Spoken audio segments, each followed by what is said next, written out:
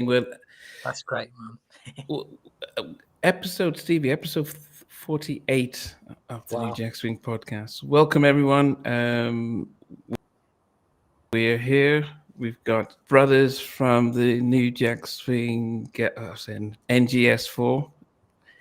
NGS3. NGS3. I don't know where to say the Andrew and VJ. You guys are welcome. Hi, man. Okay. Hi, Nappy. Sorry, there was a bit of a pause there. I was like, what's going on there? Yeah. Yeah. Hi. Anyway, as in normal, it'd be great just to go around just to see how everyone is doing and any major music news before we get episode, which is any heartbreak. But Stevie, how's the week? A couple of weeks been for you? Good evening to everybody out there. Bonjour to all our French New Jack viewers. Sawadee Cap to all our Thailand New Jack Swing viewers. And hope you've had a good fortnight since we've been live. It's good to see you all. Yes. Major music news. It's Christmas, isn't it? So it's the Christmas releases, I guess. It's the time of year where all the big new releases have come out, and now we wind down for Christmas. So, yeah. I'm trying to think of any. I'm still listening to the Mary J. Blige album from last time.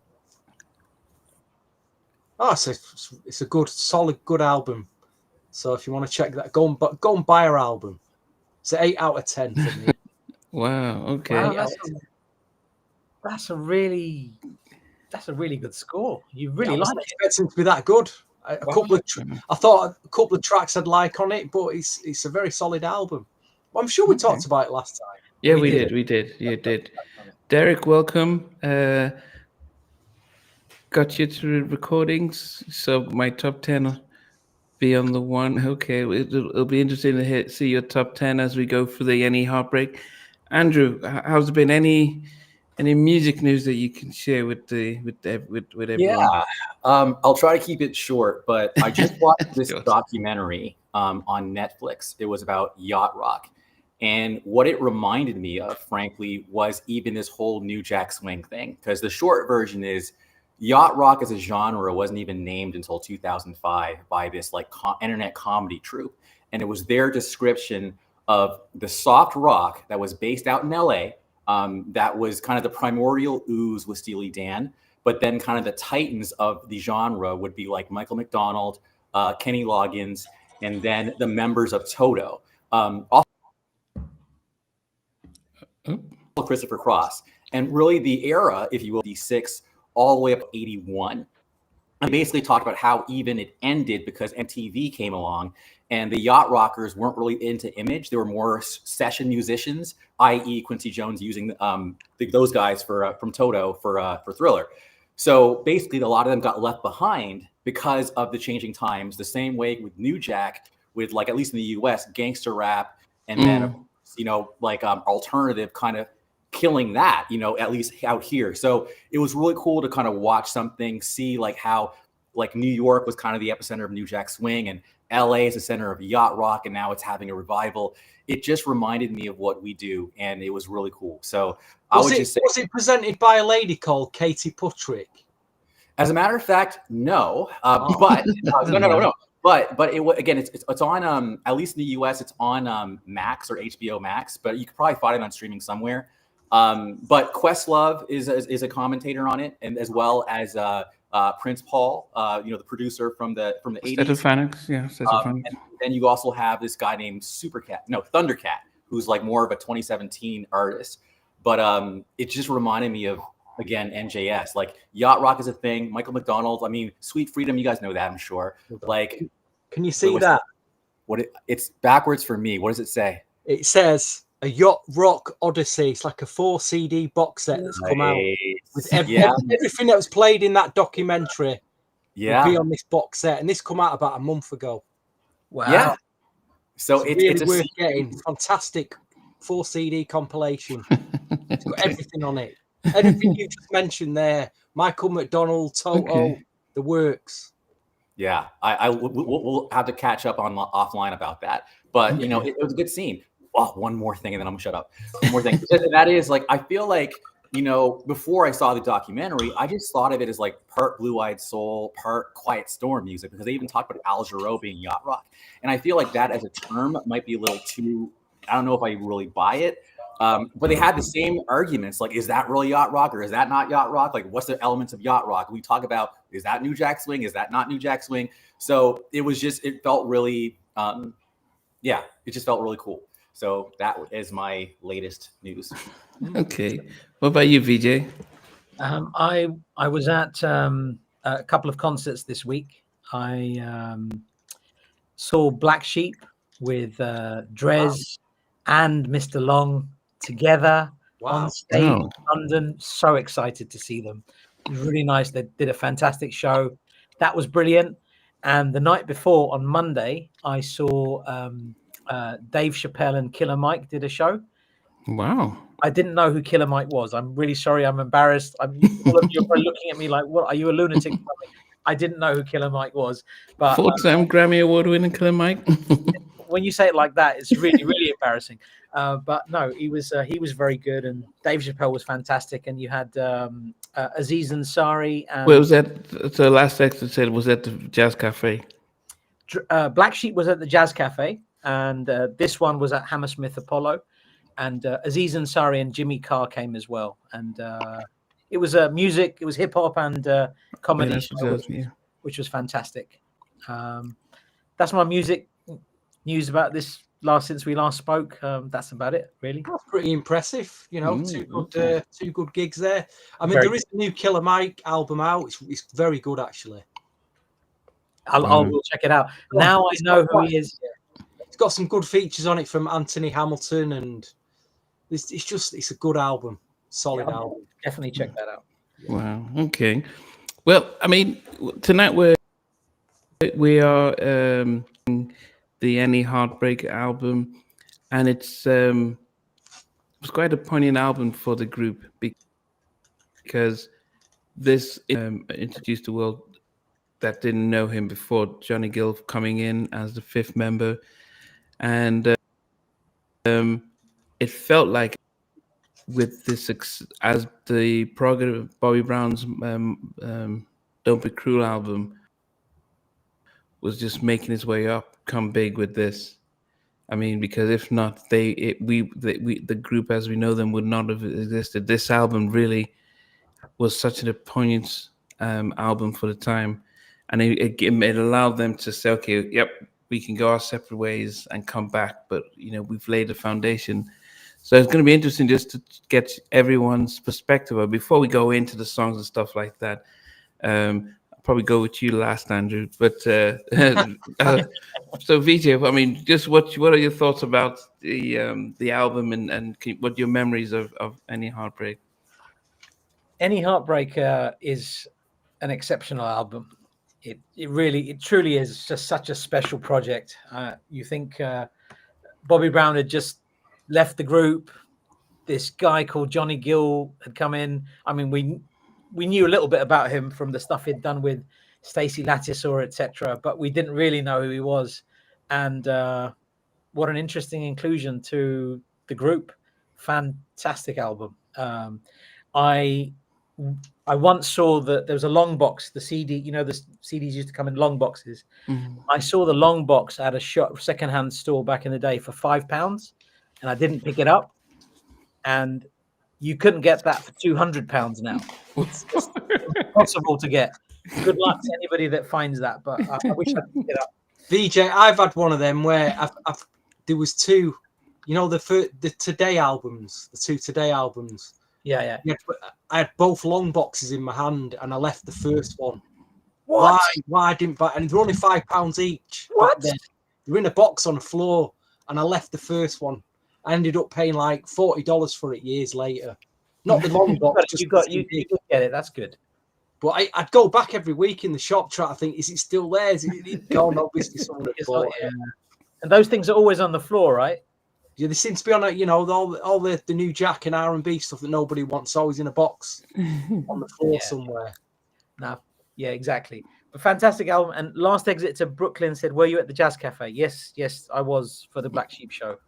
But yeah, but Any Heartbreak, the Heartbreak album, fantastic. I loved it. What about you, Stevie? What was your recollection of the album? My memories were during 1989 when I was really getting into New Jack, and I'd bought Guy My Fantasy and I'd bought the Guy album, and I was searching for stuff that was as good or sounded like the Guy album. I remember going into the record shop, and I bought 2 vinyl LPs that day, and one of them was the first By All Means album. Again, that was like, I think it was 1987 album I got 2 years later. And I picked this up, obviously the vinyl LP, and I'd heard Candy Girl, but I didn't correlate Candy Girl with, because they were so much older. I'm like, who are these guys? New Edition. Yeah. I didn't And either. it said produced by Jam and Lewis, and I bought it blind. I thought, I'm just going to buy it because it just looks, I like the suits, I like the cover, I'll see what it's like. And I thought, wow, I've actually found an album as good as Guy, if not better. I couldn't believe it.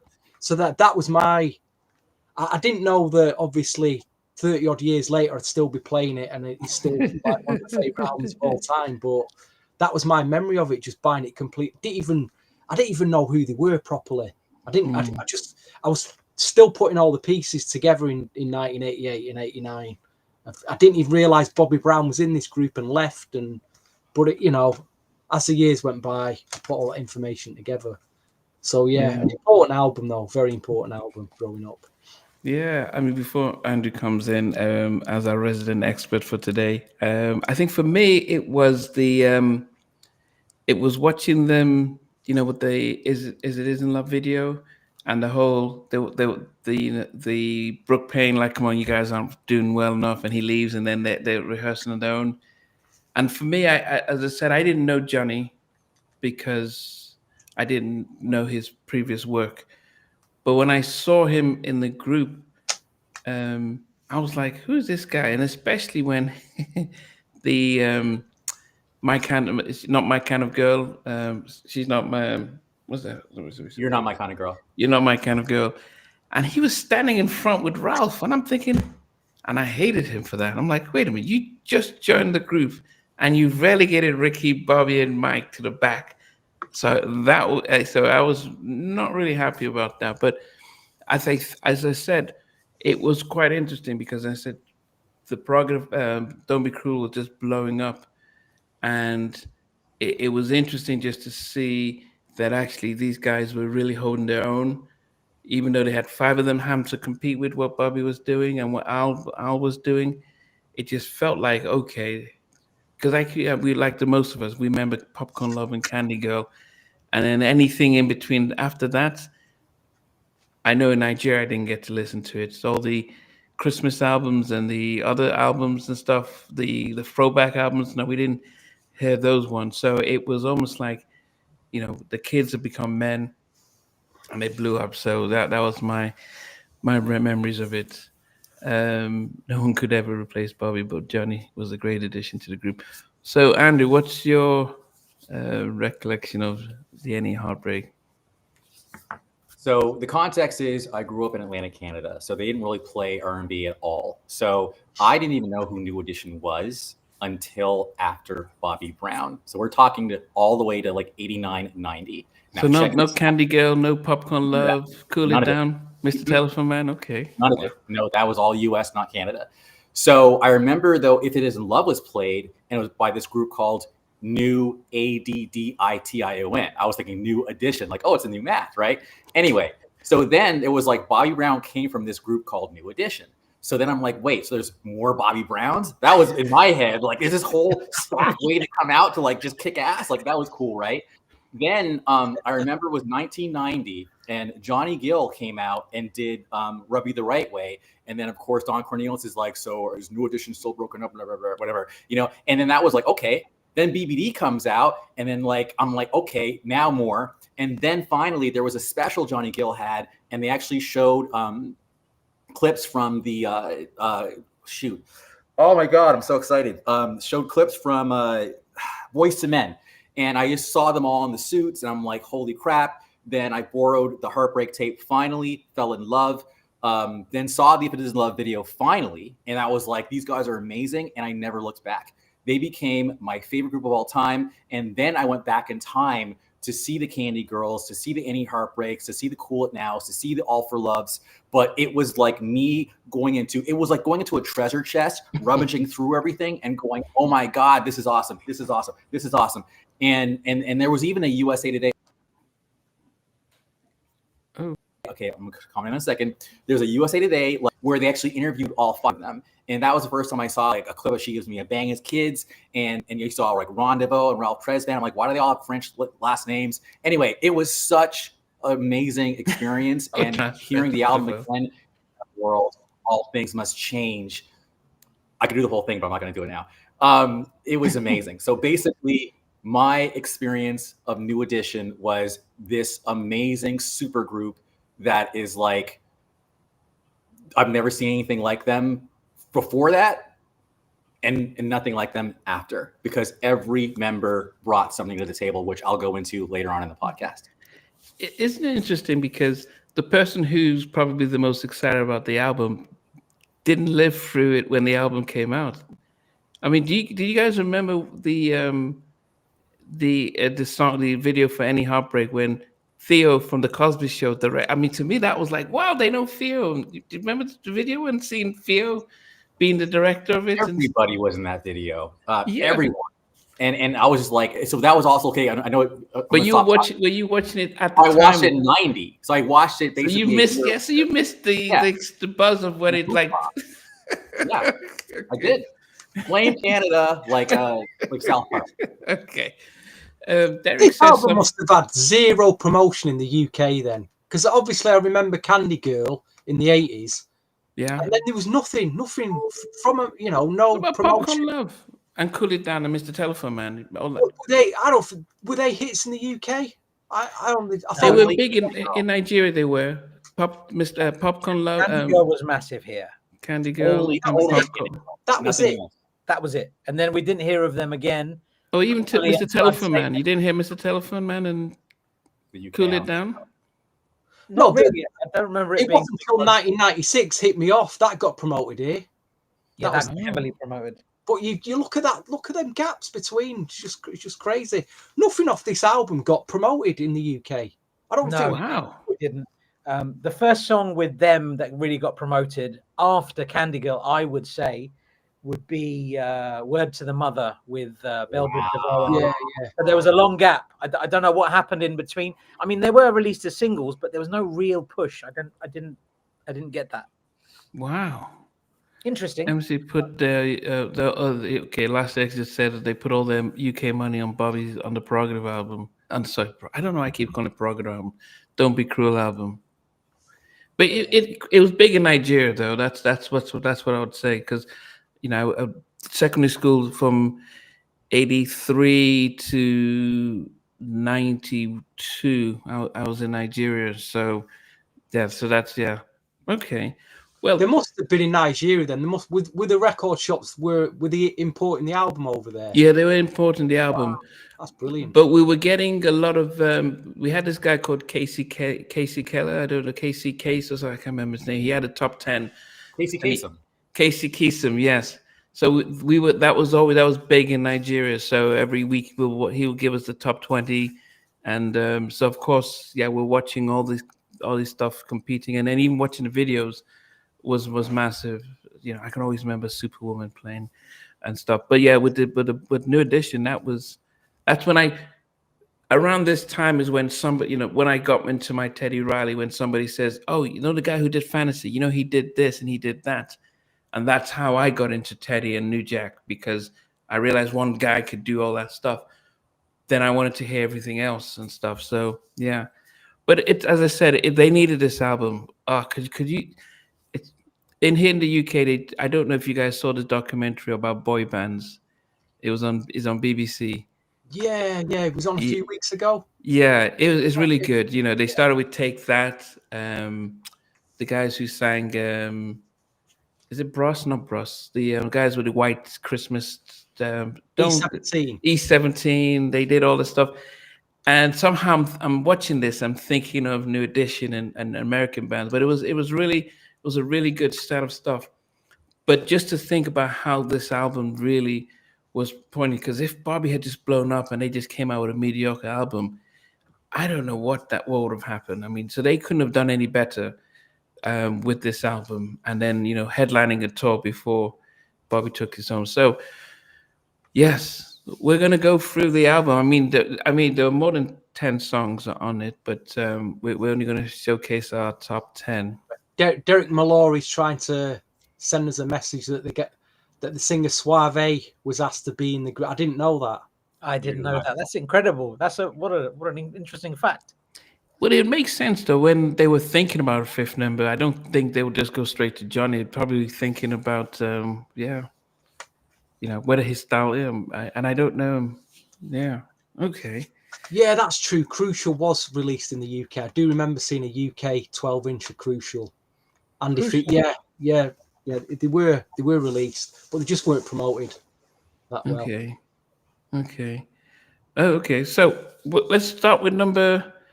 We'll start with number 10. Well, Andrew, might as well. When was this actually released in '88? Can anyone remember it? Because, like I said, I didn't buy it in '88. Well, June 8th, 88 is the date, I believe, is when. So it's a summer album then. So it's released in the summer. Yeah. Wow. I was going to say Andrew's going to know the date. He's going to know the minute it came out. It's going to come out at 9, but the delivery was late. It came at 9:05.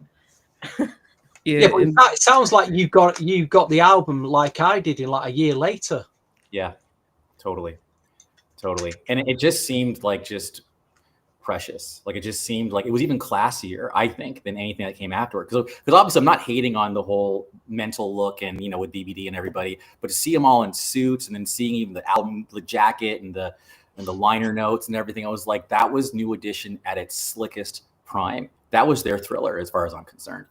So what's also interesting about the production as well.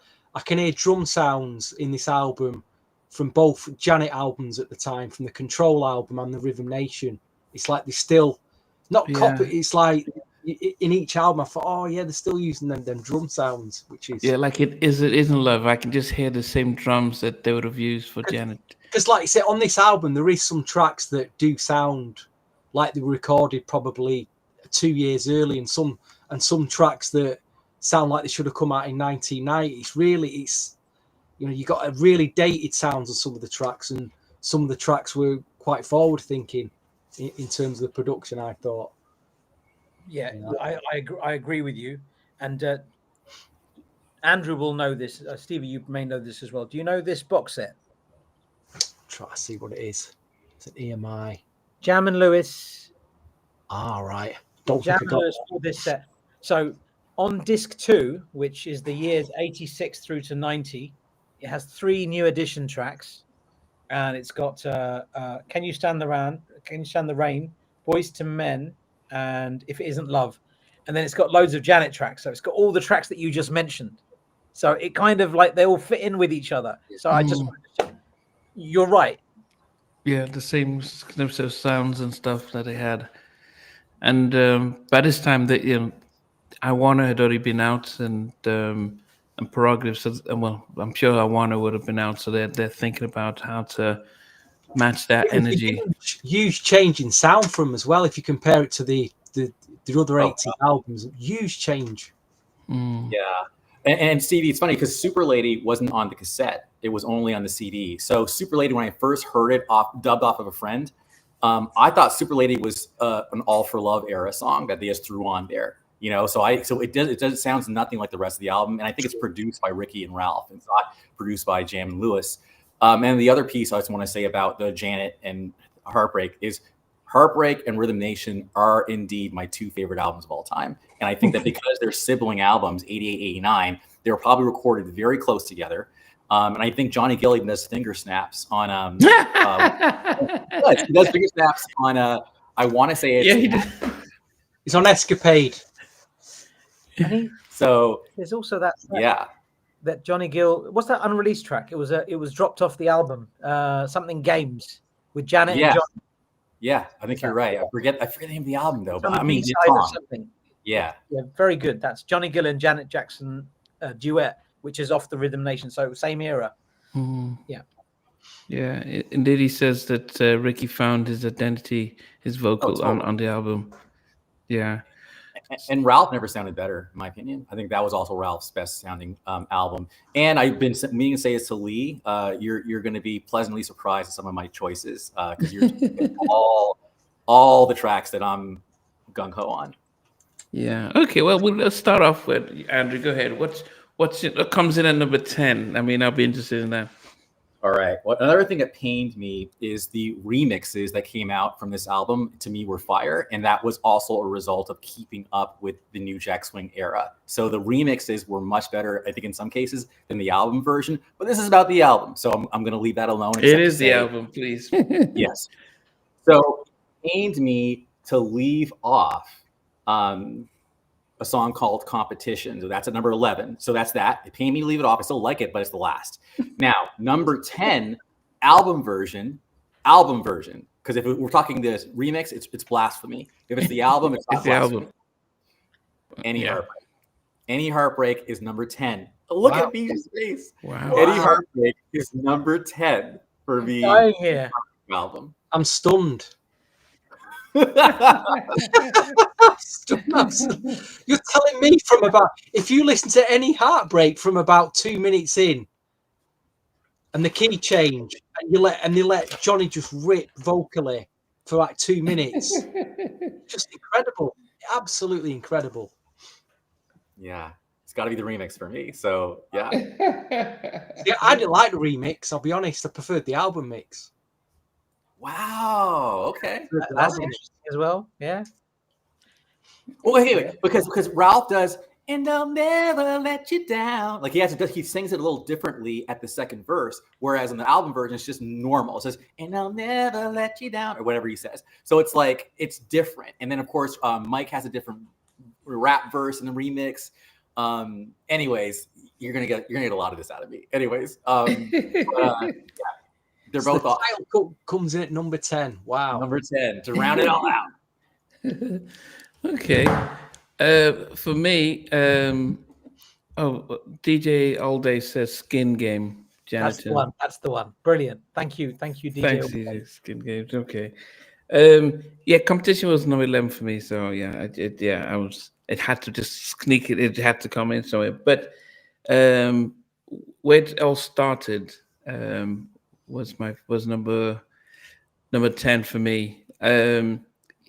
It's I think maybe because on the Home Again, I preferred, oh yeah, we feel so good to be back where we belong. So I think when I'm listening to Where It All Started, I'm unfortunately I'm having that back where we belong on my head, and it's like it almost just sounds like, oh man, yeah. So it's I don't want to compare the two tracks, but unfortunately, I've got the memories of the same type of vibe on both tracks. But yeah, that just sneaked in at number. It had to come in somewhere, so it's number 10. Where It All Started. Where it all started. Oh, I love that record. Yeah, Stevie, it's you then, VJ. Then go back to Andrew because. Number 11 was, well, there was two tracks that I felt just sounded really dated. They sounded like they were made in, I don't know, between 84 and 86. Number 11 was Competition. And the other one, I know some people think this is their favourite track. I can understand. But for me, I didn't really listen to it much. Super Lady didn't do much for me. I always kind of skipped it. I've tried to listen to it years on. I can listen to it now, but it's still not, doesn't do much for me. I don't know why. Yeah. And it does sound like 85 kind of. It just sounds really old, yeah. It might have been a track that they left off the last album and maybe updated it and recorded it for this album. Who knows? But that's my number 10. It's the saxophone. Even though, actually, it's funny I say that. Both Competition and Super Lady have a saxophone. And I think the saxophone makes it sound dated because that was more of their mid-'80s sound.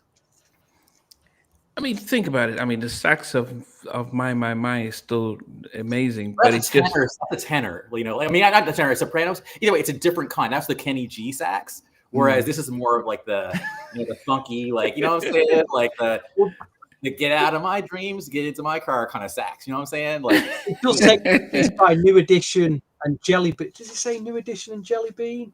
Let me just double check that. Yeah, it does. Super Lady. So it doesn't say that Jam and Lewis produced it. Yeah, they weren't. Yeah, they didn't. Yeah, Okay. that track sounded a little bit like 70s porn.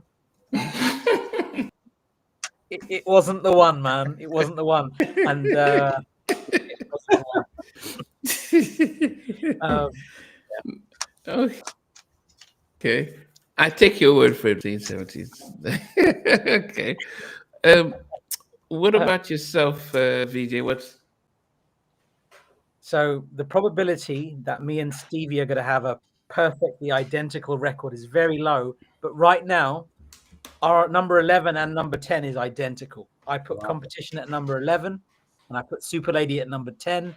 They both sound very dated and I don't think they fit with the rest of the flow of the album.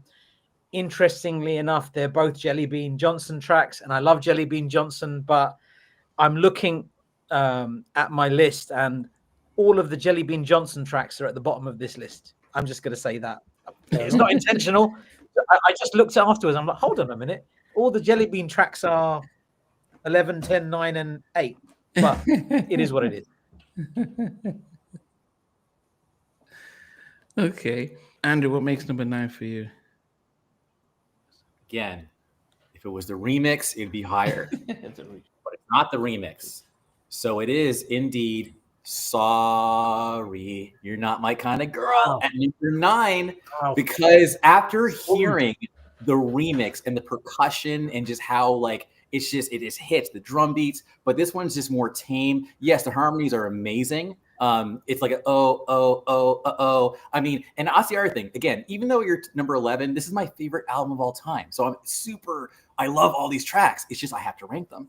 And You're Not My Kind of Girl album version is at number 9. I said.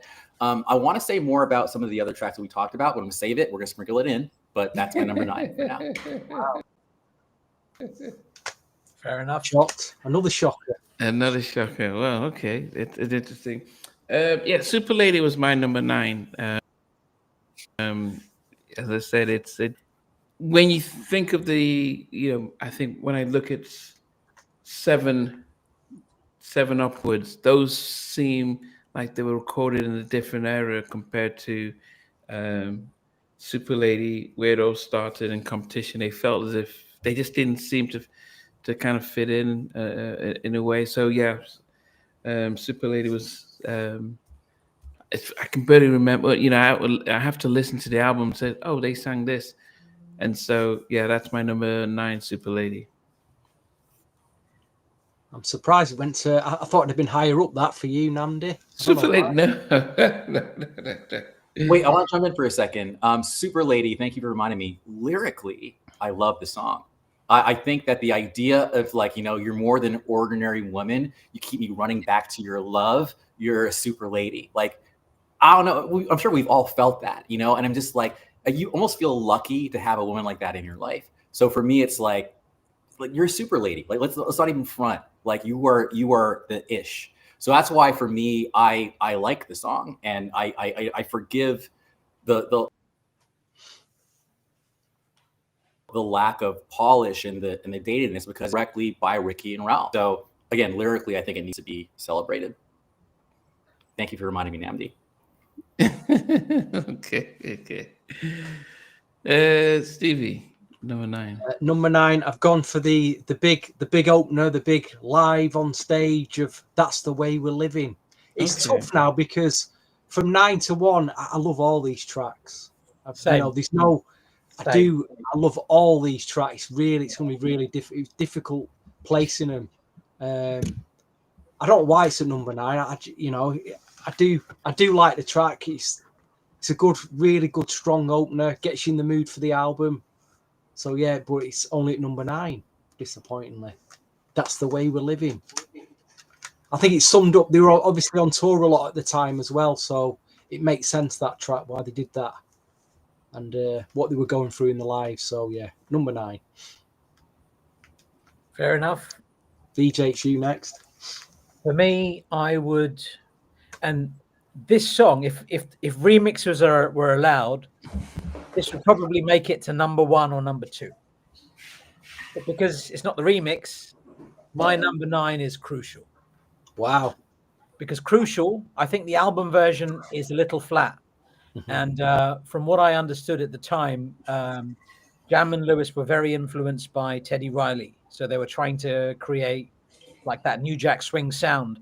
So they asked Jelly Bean to come up with them, the remix, which was what the remix became. And that is absolutely spectacular. And if the remix was allowed, it would be my number 1 or number 2 quite comfortably. But this Jelly Bean Johnson original makes it to number 9. And it hurts me saying that. It's horrible. It's just, you summed it up. Every song from 9 to 1 is just, it's so good. This is like you get those things on Instagram or on social media where they say, hey, you have to pick between these 4 albums and you have to get rid of one forever. You bugger. It's like that. You can't do it. It's just painful. I'm in pain, but I've done it. 2 things. Number 1, yes, Crucial I'm with you on Crucial as far as number 1, number 2. But I actually want to go back to Derek Mallory. You talk about the Supernatural song from Ghostbusters 2.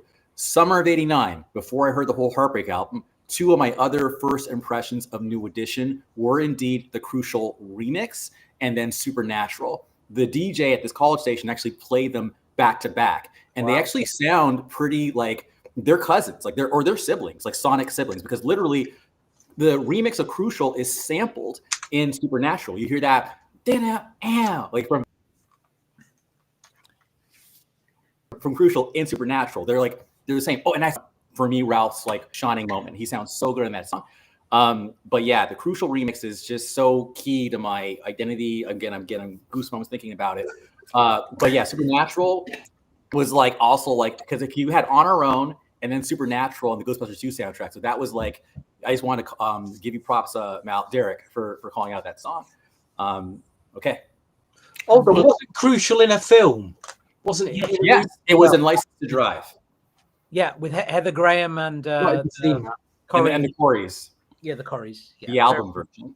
But what I heard was the Rob God, Bass? when you heard that the first time. Was it remixed by Rob Bass? So that was a live performance at the Soul Train Music Awards. So he came out and did that I Want to Rock Right Now with Yeah. And actually that was the same ceremony that Whitney and Bobby actually met, which is really cool, the 88 ceremony. But yeah, no, that Crucial, I think that was the 3rd single after If It Isn't Love, and then 4th. It was If It Isn't Love, then You're Not My Kind of Girl, then Can't You Stand the Rain, and then Crucial, and then Heartbreak was the 5th. So even though I wasn't there, like I went back and educated myself. So. Okay. One last thing on Crucial, I was going to say. This is on the promo 12. There's a mix on here. It's called the dub. It's the dub version. Outrageously good. Just Oh, did he just return? Did you say just too good. ran for the side? Ran for the side. He disappeared. He disappeared Wait, into he was space. just running into space. It's Hey, like I tell you what was interesting. interesting. Seen a fridge in the New Edition album cover. All right, check this There out. he is. He's back. All right, first of all, I am not I don't have all these records like y'all did, but now I finally get to join the party. Check this out. So Where'd one of the you get first these things from? I did was, literally when I discovered the internet in 2000, I ordered, these were all only $5 at the time. So I've got sorry guys, I've got a Heartbreak. No, that's Can't You Stand the Rain, I'm tripping. Then I've got the If It Isn't Love, right? Then I got that's BBD. Crucial. Here we go. So that's you. So me and V each have the exact same album, and yes, there's a dance remix on one, and then the dub version has that Make It Funky. James Brown. Sorry guys. And then what else? You're not my kind of girl. I told you I was gonna like freak out, and I'm freaking out right now. And then finally, Any Heartbreak, yo. So like I don't have a lot of like records because space is an issue, but you best believe I got all the singles. Whew. Okay. So everyone watching, like you'll never see me like this again. Like this, just know You're missing one. You are missing one, you know. Which one? Can You Stand the Rain? Where is it? Where's the 12? You need to get that. Say it one more time. My internet dropped for some. Can You Stand the Rain? You're messing with me, aren't you? It's right here. You've not got the 12. Where is it? All right, yeah, there it is. Yeah. So yeah, I got it. All right. That was not your moment, but Stevie just wanted to see it again. we're live. We can't edit that out. Anyways, all right. Thank you for like suffering that interruption. But when you held up the 12-inch, I was like, I have that 12-inch. All right. Very good. Okay, go. What makes you? I think the number 7. No, I think are we 7 or 8? 8. Oh, 8. Yeah, we're 8. Yeah. Number 8. So my number 8 is where it all started from. And I just like that one because to me, it's the most unplayed. I feel like even though like it's on this album, I've never once heard it outside of my own house. I've never heard anyone play it that I like. If it's plays because I hit play on it, you know, but at the same time, I love the melody, and I even had visions of like making a movie, and I would actually use that song in the trailer. It'd be like, you know, and then just like show like New Edition as kids and everything. They already made the movie, but where it all started from would absolutely be like my soundtrack for because it's such a happy, like bright sounding song, and like where ideas were born. Like it's just so perfect. And then that Ronnie, Bobby, Ricky, Mike, cool it now. I remember the first time I heard Candy Girl, I'm like, oh, so that's where it's from. And then when I heard Count Me Out, I'm like, oh, that's from where it all started from. Like I'm just telling you, like that out. And then also when I first heard it, because I'm all about associations, this is so nerdy. Like I actually had this like weird, like it's called ambrosia. It's like a dessert. Like it's like a, you know, like a dairy dessert. So every time I think of like that song, I think of that ambrosia 1990, winter 1990, eating it and hearing that song and going, wow, what a candified, bright, awesome song. So where it all started from. Wait, what's that? Eating ambrosia. Where did you pull that one from? I'm just being real. I'm just being real. And I love that people are calling out I'm coming home because yes, it is. But anyway, that's that song for me. I sing it all the time to myself in the shower, whatever. And it is where it all started from. Any for me. Okay. Wow. Okay. Nice. Yes, with the and one of my favorite coming home is Asleep on the album. Yeah, okay. That's wait, what number did you just give? Number 8. Andy. So we're going 8 Oh, now. I think super it's late. is Yeah, it that next or is it Stevie? no, but I already did number 8. But that's where I'm living because I did number. Oh, I'm 7. last. I'm last. So now it's 7 now. Now it's 7. You're I was last. you're the first one. You're the first. Yeah, you're the first. Oh no. I'm sorry. No, Yeah, we're at so number 8. Guys, we're at number 8. We're number 8. We're number 8. So my number 8 was That's Where We're Living. I already said that. So then You VJ, missed what one was? out there. No, I've done 8. So What was your 10 and 9?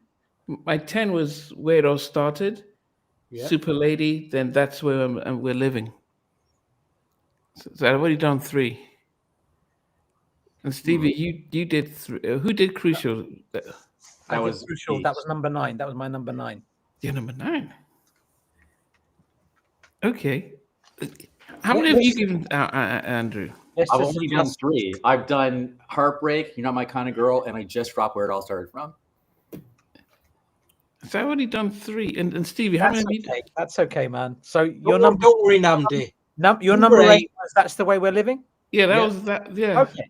Because remember, I talked about that. It reminded me of the Heartbreak one. Oh yeah, the Back Where We Belong. Yeah, Back And Where by the We way, Belong. Derek and Shakuma, first of all, I do think they were talking about any, but I think they were also talking about maybe Full Force and even Troop, because like, and even 4x4. It could have been a lot of them, honestly, not just the New Kids. As far as the Biters and where it all started from, you know, imitation, whatever. Like, anyway, I'm sorry, I just had to like jump in there. That's right. Okay. So I've already done. I've done. So okay. So it's Stevie. Maybe sorry. Yeah, Stevie, you can go for your number 8 then. everything that Andrew said about where it all started, minus the ambrosia, that's me. Okay. But yeah, you know, again, it's a great track. It pains me to be at number 8, but it's such a funky melodic track. I think maybe it's at number 8 because of the song. It's not like, you know, it's a song about. It feels like a personal song to them, rather than a hit song sort of thing. So that's probably why it's quite up there. And it wasn't a single, was it? So, but it's still a great album cut. Still a great album cut. VJ, you're number 8. Yeah. My number 8 is my final Jelly Bean Johnson track, and it's That's the Way We're Living. I love it. That's the way we live here. I just love it, but something has to be at number 8, and that's what it is. So that's my number 8. I thought maybe Crucial would have been above that for you. It's, I don't know. It's a difficult Based one. on the strength of the vocal in Crucial and the lyrics. For Crucial, I don't think I've heard the album version more than 5 times in my life. Maybe does the not for electric me. guitar spoil the album mix for you? That Yeah, that's it. It's not for me. The album mix is not for me. does spoil the track. I think it does spoil it now. Because I try to listen to this album in its entirety, and then I listen to Crucial, and I think this is not the remix, and I'm just irritated listening to it, and I don't want to be, because it's still brilliant, but it's not the remix, which I love. So it's like, I must admit, I did hear the remix to Crucial before I heard the album mix. I did hear. Yeah, exactly. And I think, did they play the remix on License to Drive as well? I think it was the remix on License. Was it the album mix? The album mix. Okay. All right. So Andrew, number 7. Number 7, surprisingly, because all y'all hated it, but I think we're seeing a trend, because I like maybe the sappy ballads more than you guys do, is Super Lady. And again, I think the reason why I picked it at number 7 was because it's a throwback to the new edition before Johnny. I could actually imagine it was recorded before Johnny got there. And it's just Ricky and Ralph doing their thing. And lyrically, it's a song that I can relate to. So, yeah, that's my number 7. And that's all she wrote. Okay. It's funny that we were talking to VJ about where he put Crucial, because that made my number 7. As it came out, and you know, I liked the performance on the Soul Train, because I liked the tent as it sort of interlude where they were dancing, and I thought they wanted to really let people know, look, this is who we are. We are the Modern Temptations, and we've got our routine. And that's, I remember when I interviewed Donnie Simpson, and he was saying that actually the one thing that he always remembered, that when they were doing this show, performing, and right in front with New Edition, watching and learning, and that really set them apart, that they had their routine, they had their steps, instead of just being vocalists. When you saw them on Soul Train doing their thing, and they had competition with Troop. You know, Troop really gave them a run for their money, and I still think Troop were better. New Edition, Brooke Payne gave them that collective, like, we're going to go after we're going to be like the Temptations, and so that's the one thing. And so Crucial, that's that performance was great. This nice track, not a powerful track, but it was a nice track. So that makes Stevie Wonder. Number 7. There's a formula, a drum sound formula that Jam and Lewis always used, and they were so good at it, and how they varied it up using that drum sound. Talk about the 808 drum machine. Obviously, I'm a big fan of the Human League Human, which is an incredible track. There's a track on the Janet Jackson Rhythm Nation album called Lonely, which has got that floating mid-tempo drum machine that a lot of people don't rate. I think it's an amazing track. There's a couple of tracks on this album that use the 808 drum machine. It's killing me to be at number 7, but I'm coming home. It's an incredible track. It's an incredible track. I don't know why it's a number 7, but maybe because the other track that uses the 808 is a lot further up, and I didn't want them to clash. Maybe that's the only reason why. But it's a fantastic. It's a killer track. Yeah, I mean, as I said, Sorry, it's number 7. Solid tune. But, nothing. I can't. I think I appreciated it more growing up than I probably did at the time. I appreciate it more now because it has stood. It does. It stood the test. Yep, exactly, Lee. My feelings are hurt. I'm actually holding my heart a little bit. She's like, what at number 7? Like, I'm coming home. She's like, come on. Stevie, come home. You mentioned Lonely. Dude, that song is perfection. Thank you. You cannot fault that song. I feel like listening to it right now, but that would be totally inappropriate. Lonely and Can You Stand the Rain duke it out constantly as my personal favorite song of all time. Dead ass. I mean, and Can You Stand the Rain. Like, as all time. Like, literally, it depends on what day you ask me what my favorite song is. But I've now decided I've just settled on Can You Stand the Rain, but Lonely is like right there. And then right after that, we're on Human Nature. But yeah. When we did the podcast on Janet, Namdi and Jackie McGee were like just completely dismissed Lonely. And I'm like, what? How can you dismiss? But saying that, it is more of a soul track. It's the track that soul people will connect to, I think. I think, Andrew, I don't know if you recall this. We were listening to this somewhere. We were in the same place in London, and we listened to Lonely. We didn't say a word, because we didn't want to. Everybody just shut up. Yes, we're listening to music now. Don't disturb the groove. 1,000%. It was perfection. Lonely is, oh my god. There's a part where it's like they come in the background, like da da da da da da, be there. Like, sorry, I'm being such a nerd, but like it's just the Spanish guitar, the you know what I'm talking about, and then like the whole thing is just, it is spine tingling, misty beauty. It is a perfect song. Right. Whatever you just said, that.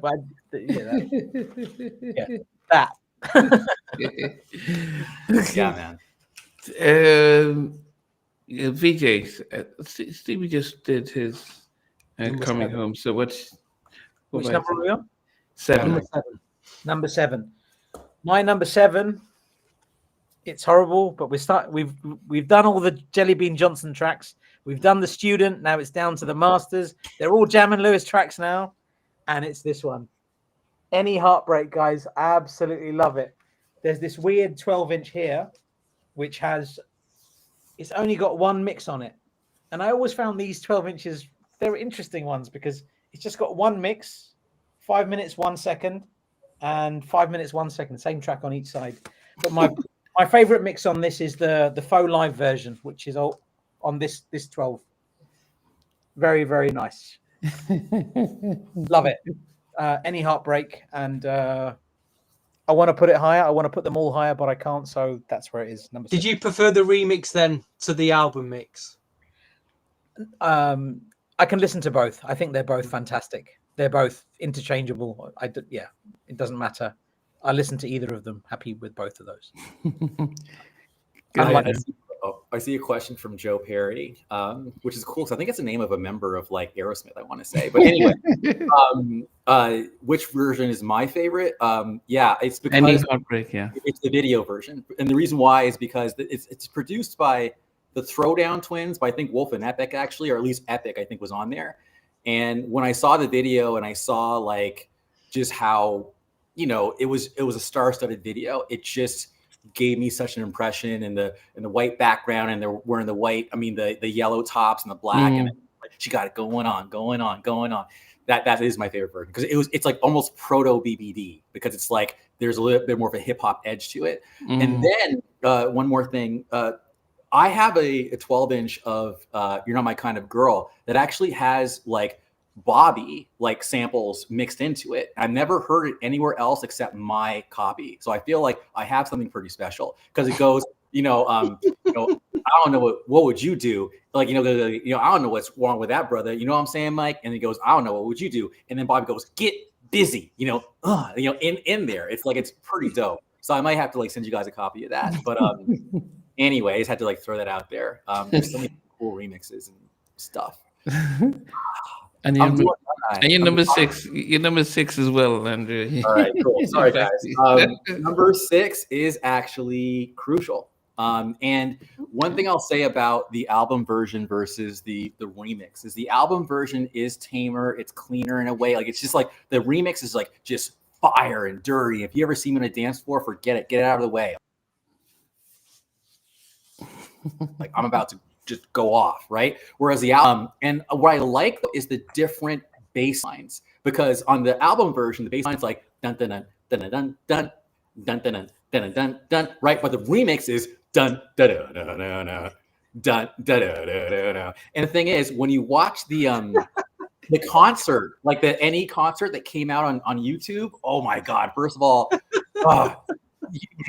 anyway, so the concert version, there's both, right? The official music video for Crucial is the remix one, where it's a dun dun dun dun dun, and the drum beat is more that dun dun dun dun dun from like Bobby Brown. They bit it. They bit the Don't Be Cruel drum beat, but on the 88 one, it's the dun dun dun dun dun dun, and it's just like it's slower, and it's actually just a better performance. And they're wearing the Jiffy Pop metallic blue suits, so I like them both. And Crucial, I think, ranked the highest out of all of us as far as the album version, I think, for me.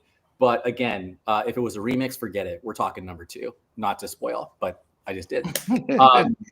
Thank you for letting me, again, gush. No, that's good. No.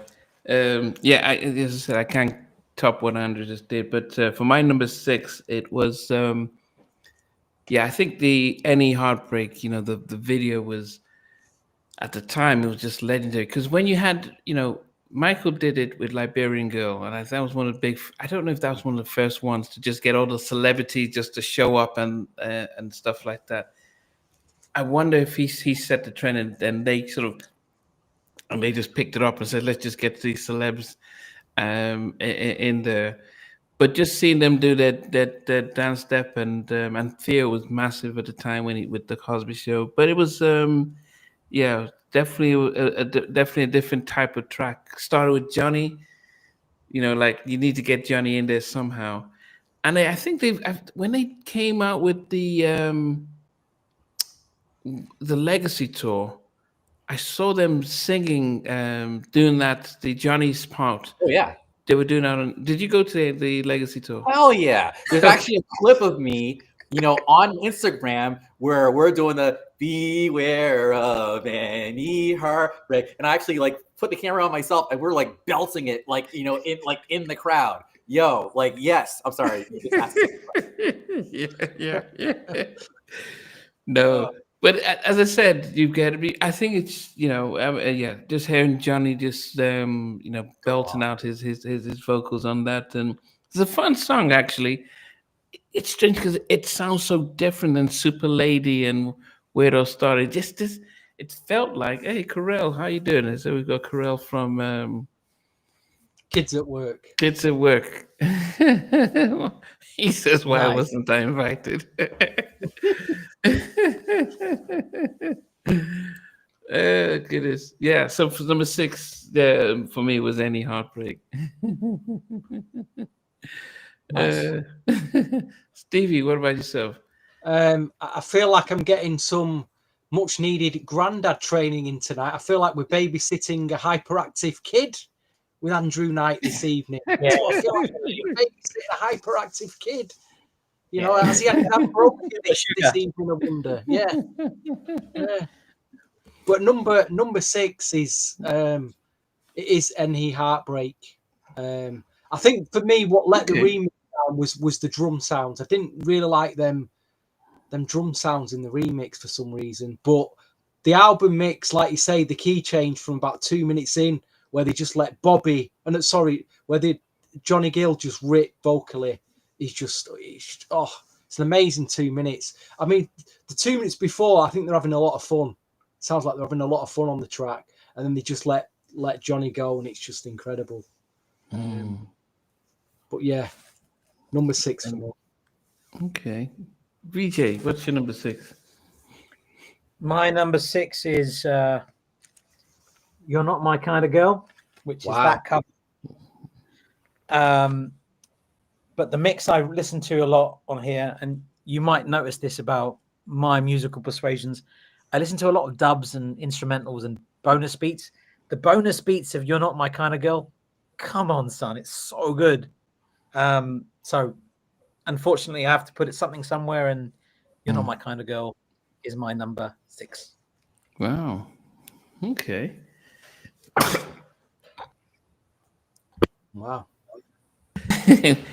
Over to you for number 5. All right. Number Number 5. Now we're getting serious. We're at the top 5.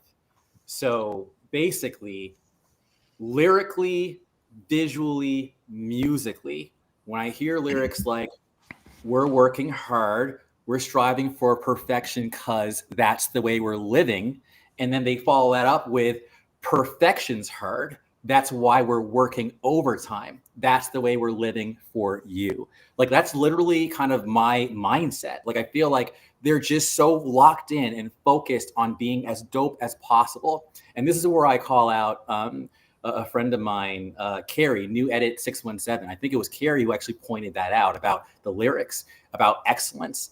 And that's what made New Edition so dope. Like, even though, yes, Troop were more explosive dancers, what New Edition brought to the table was a precision and a crispness and a disciplinedness that came from Uncle Brooke. So that, I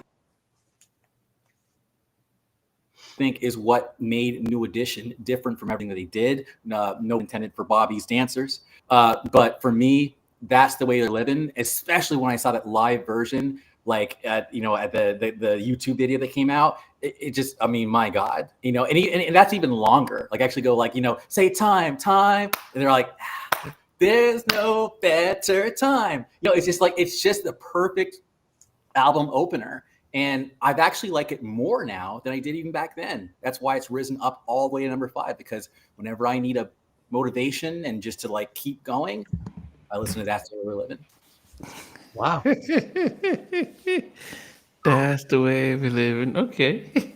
Compared to oh yeah, we feel so good. Oh, don't get me started.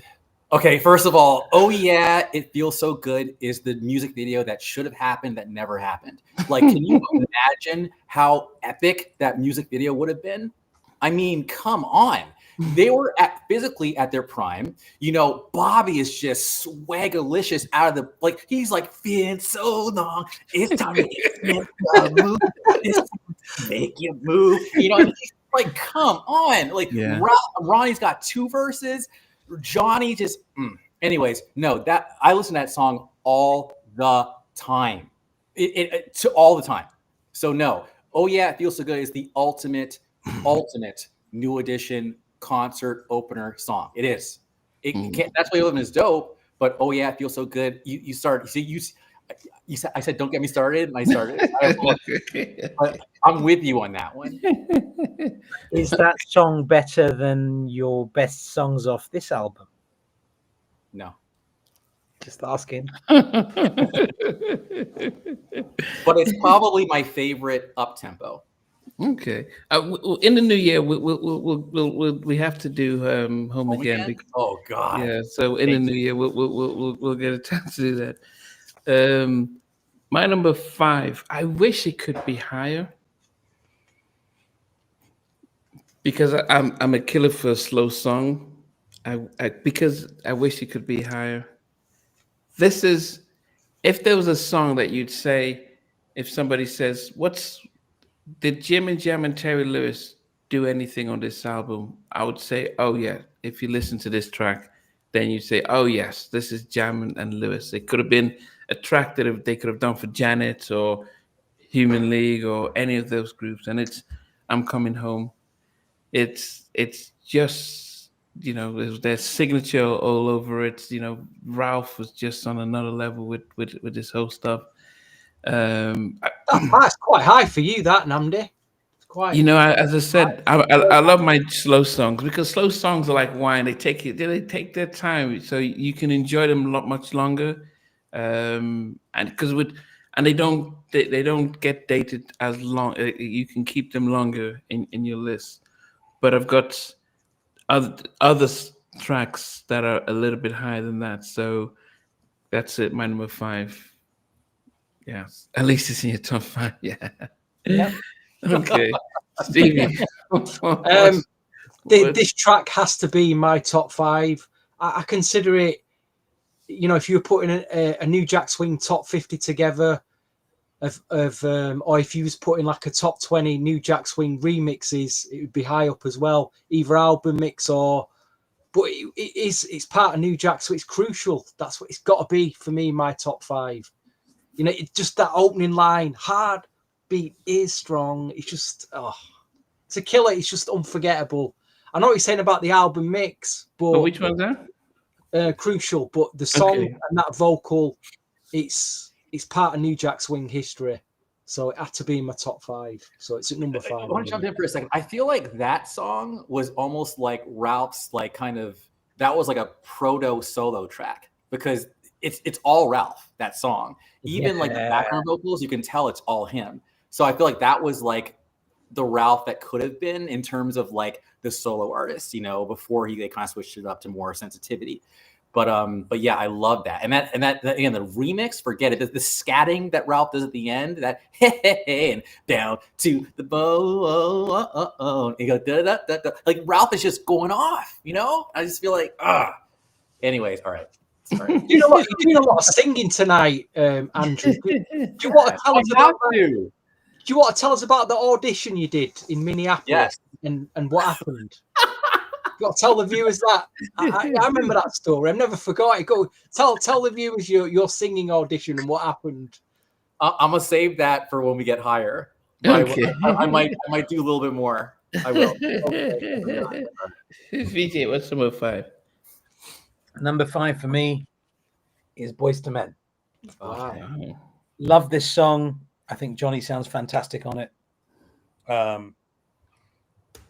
Remixed by Louis Silas Jr. The remix is brilliant as well. Great remix. We shouldn't talk about remixes. It's different still party. a great remix, isn't it? It's a fantastic remix. Johnny Gill on anything is great, and he's perfect on Boyz II Men. So, and the fact that the group Boyz II Men named themselves after this song is, I just find that interesting. I mean, that group, Boyz II Men were massively successful. They're named after a New Edition song. Just that as a sentence, how crazy does that sound? It's amazing. Their name before That's that, my I think, number attraction. They were Unique Attraction before Boyz II Men, and I think Boyz II Men is like a good, great name. So I just wanted to throw that out there for the trivia. Yeah, definitely. Top 4, Andrew. Oh God. Okay. Number 4. Look, the party's over. It's been a long vacation, and your fans are waiting to see you again. You know. But anyway, gotta do this one more time from the top, and let's get busy. And then hit the tape. Anyways, If It Isn't Love. So If It Isn't Love at number 4 is like surprisingly low, but that should also tell you that it's nothing but heat after this. So If It Isn't Love is amazing, and I got the 12-inch, and it's just that one song that for some reason never sounds old to me. It always sounds fresh and invigorating. And if I heard a remix out somewhere, I would be dancing till I couldn't breathe anymore. I need an oxygen tank. Just like I'm doing it. I'm doing it all. I'm just like, remember that moment, Beej, after the concert where me and Brandon did the thing in the garage? Yeah, that was brilliant. Yeah. So If It Isn't Love is just a classic, a timeless classic, and just such a great homage, even to the Jackson 5 with it. I remember my mom said, that sounds like Jackson 5, like maybe she'll take me back. Like it's just so much heart and soul went into that, you know, and then the vocals, you guys get the point. All right, If It Isn't Love. If It Isn't Love. Okay.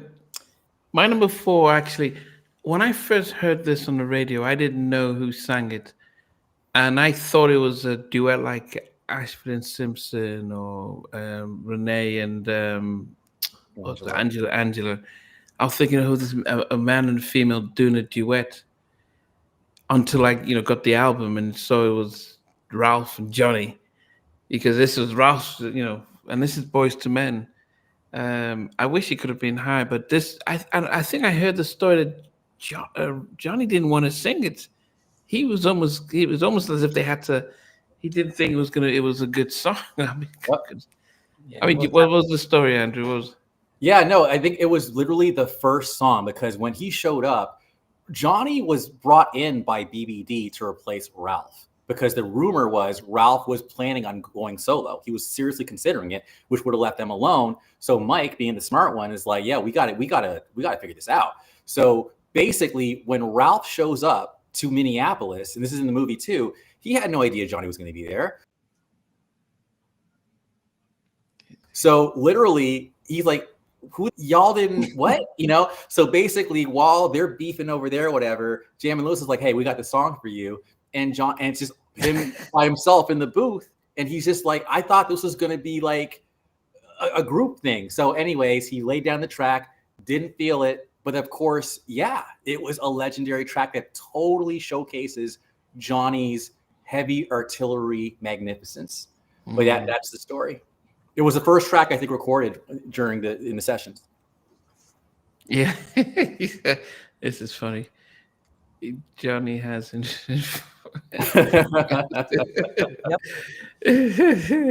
Yeah, so that's my number 6. Beautiful track, and then the fact that one of the biggest selling R&B groups of all times have been named after a song. I mean, that's just on another level. So, yeah. Okay, Stevie, what's number 4 for you? What was your number 4, Namdi? Boys to Men. Boys to Men. Oh, interesting. Number 4 was If It Isn't Love. Yeah, it's hard. It's very hard to place these. Where are we getting right now? Very hard to. How do you place If It Isn't Love at number 4? Because it could be number 1, easily be a number 1 track. So, again, it's a classic. It's a bona fide classic. But is that the? I mean, if we're thinking New Edition, is that the song that comes to mind anytime? If they had to perform one song somewhere, would that be it? They are well known for that record. But I think for me, the song that I think of when I think of New Edition, I think of Crucial for some reason. Crucial just excites me in a particular way. And I think of New Edition as a very exciting, vibrant, energetic group, and Crucial makes me feel that way. But if it isn't Love is obviously a bigger song, more popular. But yeah, I think if they were called to perform tomorrow, and said you just got one song, I think that's probably that one. Yeah, you're probably with the routine and everything. Everyone knows that. Okay. Yeah. Okay. As I said, when we're getting to this is the cream of the cream, so it's hard to pick. So, but VA, what's your number 4? My number 4 is Where It All Started. Wow. And I put that there. That high up. This song makes me feel a particular way. It makes me feel New Edition. When I hear this, I'm thinking New Edition. I'm excited. I want to be a 7th member of the group. Yes. I want to be in the band. I want to join in. I'm like, Where It All Started. I sing with my remote in my hand. It's one of those songs. It just makes you feel a particular way. So for that reason, I put that at number 4. I just love the energy. No, yeah, okay. I don't know if Cool It Down. I think that it is in the routines from that. There's with the other videos. Go ahead. Yeah, I love what he said. I think it depends on the context, because I was just about to say, like, exactly. Like, I think in the US, like, New Edition was well known, like in the 80s, and Cool It Now, indeed. I think if you're talking about a general music fan who's not even into R&B, like Cool It Now was a ginormous pop hit. So I think that, while I do think If It Isn't Love is our signature, I think if you're talking to like a regular, 40, 50, 60-year-old who's not into R&B, they probably know Cool It Now in the US. Yeah, they're both and Mr. Telephone Man as well. That's yes. another one. I love that song. Like, if you think of New Edition song, you have to pick one out of everything they've ever done. Mr. Telephone Man would be up there too, I think. It is, because Bobby's on there. And again, I think not for some reason, I feel terrible. But anyway, like, even when New Edition get back together, it was like Bobby and his group New Edition, like the American media definitely put Bobby as the lead, and they would kind of ignore Ralph. It's crazy to me. Like mainstream, you guys read between the lines, American media would say Bobby's the leader of the group, you know? And it's like, no, Bobby's the one you know, and that's why you're calling him the leader. So, but yeah. We have that with Robbie Williams and Take That, right? Oh, Same. It's the same concept. Yeah, you're right. That's a very good comparison. Yeah. I never thought of that. Perfect comparison. Okay, Andrew. So we're down to the top three. What's number three for you? I'll never live this down, but I'm going to do it anyway. These are the things that change boys to men. Sorry, that was terrible. I'll never do that again. Ever. People in the comments like, Andrew, never do that again. I'll be like, you know what? You're right. I'll never do that. It's kind of better in my head. Anyway, Boys to Men. I'll never forget, again, watching him do that live. There is there's a music VHS called Past and Present, New Edition Past and Present. And the whole like 6-minute set of him doing that, where Michael Bivins introduces him and then he just comes out and does it. Just seeing the other four in formation, just doing their choreography, coming in like da da da da da da da da da da, where Johnny's just going off. And then in the middle, he just does, every time he's had a little breakdown, he's just doing sorry. Every time he does a breakdown, it's always different. He never does it the same. Oh man, Boys to Men, like even when the album came out, I was always a bit of a contrarian. Everyone was about Can You Stay in the Rain. I'm like, no, Boys to Men, that's the one. So Boys to Men has actually been number one in the past for me. The whole thing is just perfect, man. And when they did it on the Legacy tour, still it was Legacy tour. Culture tour. They did it on the Culture tour. I just felt so fortunate because again, it was the two of them, two members on each riser, and then Johnny in the middle just doing his thing. It's an amazing song. So I could say more, but I've already said a lot. So, so that's your number three. At number three. Okay. My number three, I would have to do. Yeah, I have to go through the as I said, the iconic video of them rehearsing, and and I think Jam and Loose Holes, Jam himself loves the track, and anywhere they go, that's like, okay, that's their stuff, and that's Is It In Love. It's iconic video. I hated the fact that Beyonce did her cover version of it. I just but anyway, I just loved. I can still remember the track and the video back when I was in secondary school. Is It In Love is and then still have Ralph's leading it. I didn't realize Johnny couldn't really dance, but they focus so much on the others that you don't notice that Johnny was struggling to dance.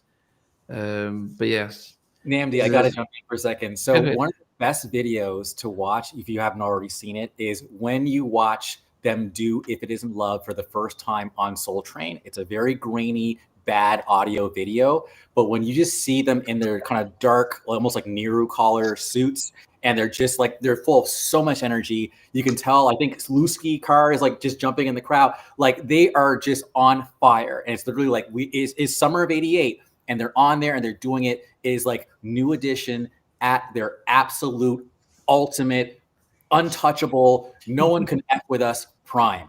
And it's such an amazing moment. So if you like New Edition, I mean, if it doesn't love that much, find that video and watch it. I'm gonna just send it to you.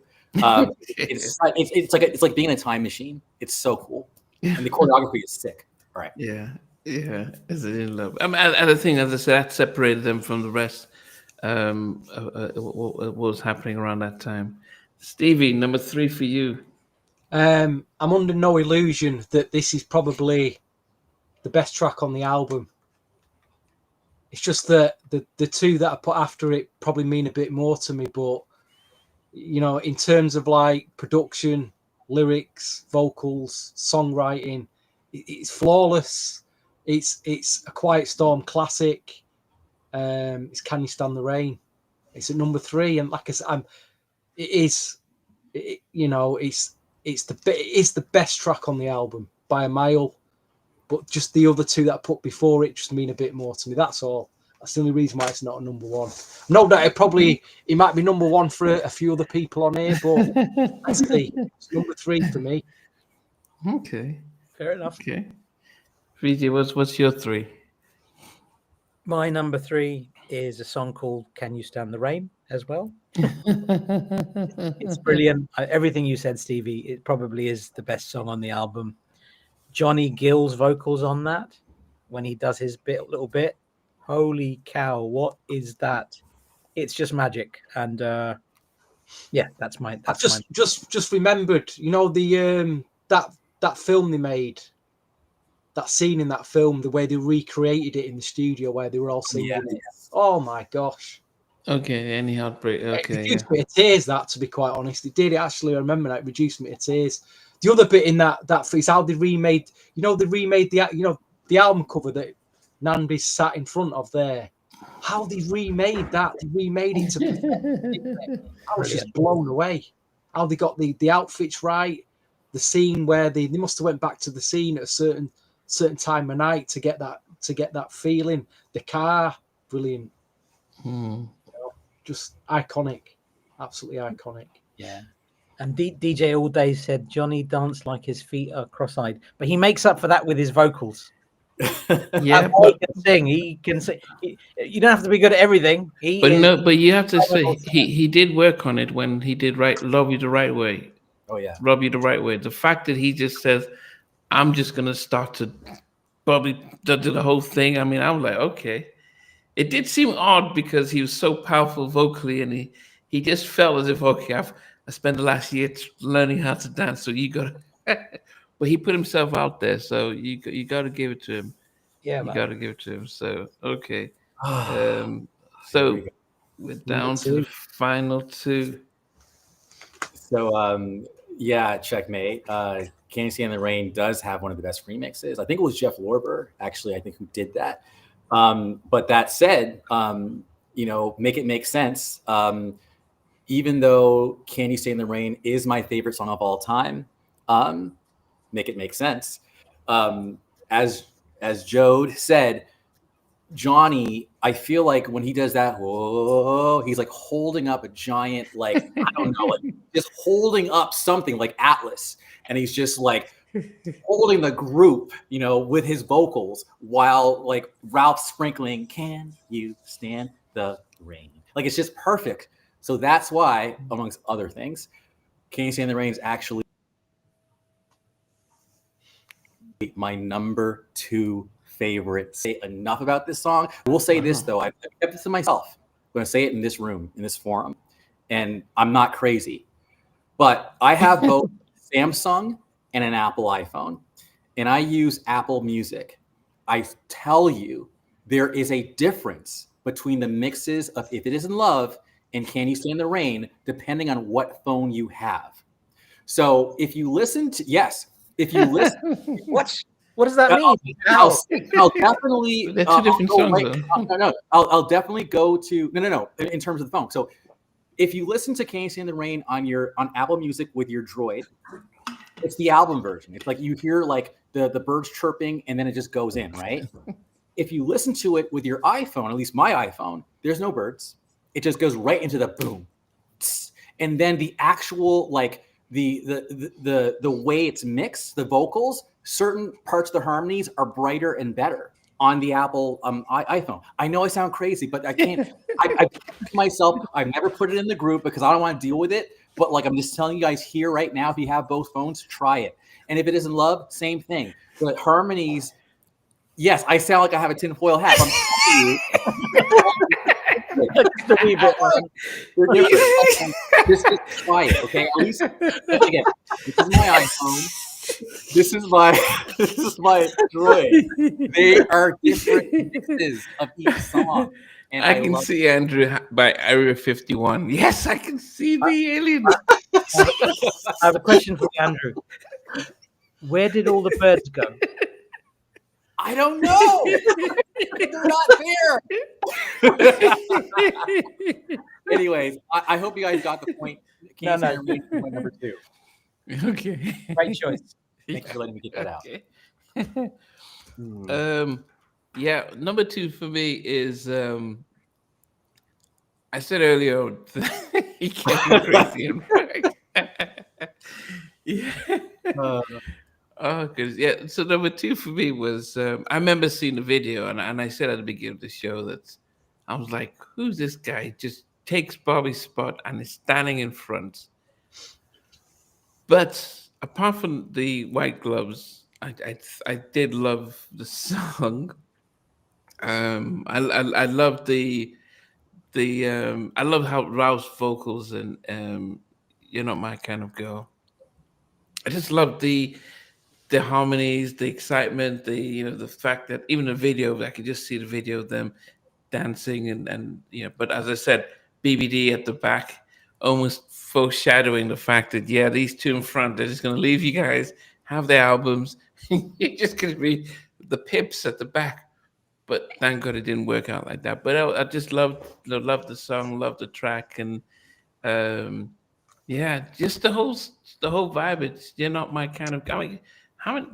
Normally it's like I'm the guy for you. Come to me, and he's like, no, sorry, you're not my type of. Oh, I'm like, what?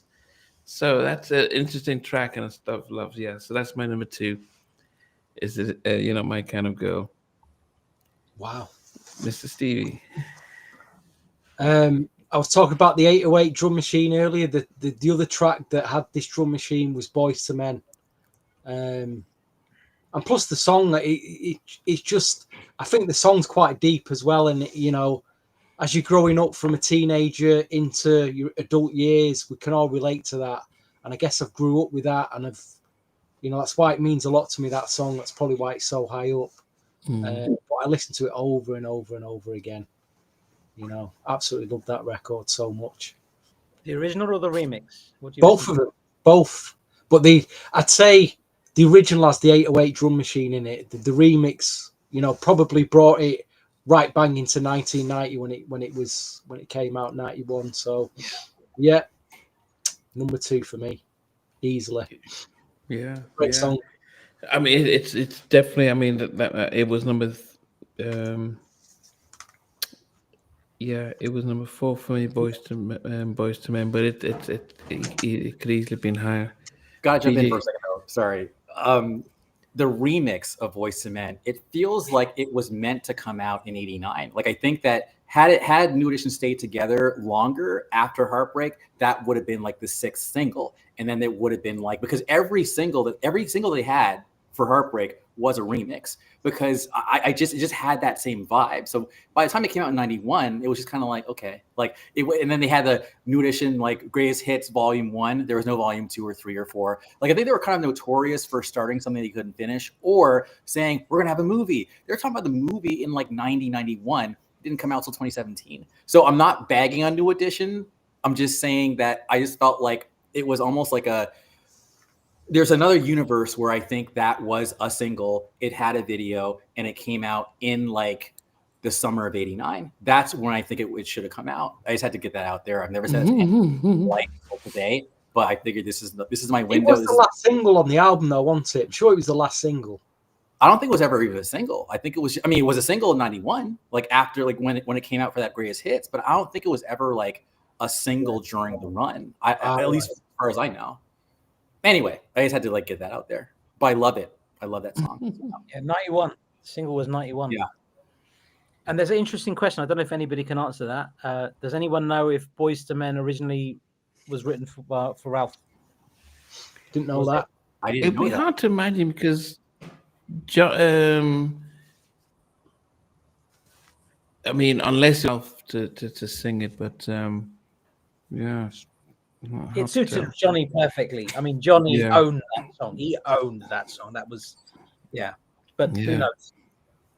That could make sense, though. That could also be why Johnny felt weird, because he's like, why am I recording this myself? Maybe Ralph was supposed to be in there, because Johnny, I think, he wasn't trying to be like all out in front. He was just there to round out the group, but he ended up becoming like kind of like the number, like it was like the twin cannons. Although Ralph was the lead, I think he had a higher profile than I think he maybe thought. he was going to have once Ralph was staying in the group. Yeah, that makes Yeah. sense. Good question. Yeah. Okay. Who's next? Me, I think. Oh, I know Johnny. I mean, Johnny. Joe. My number 2 would maybe be my number 1.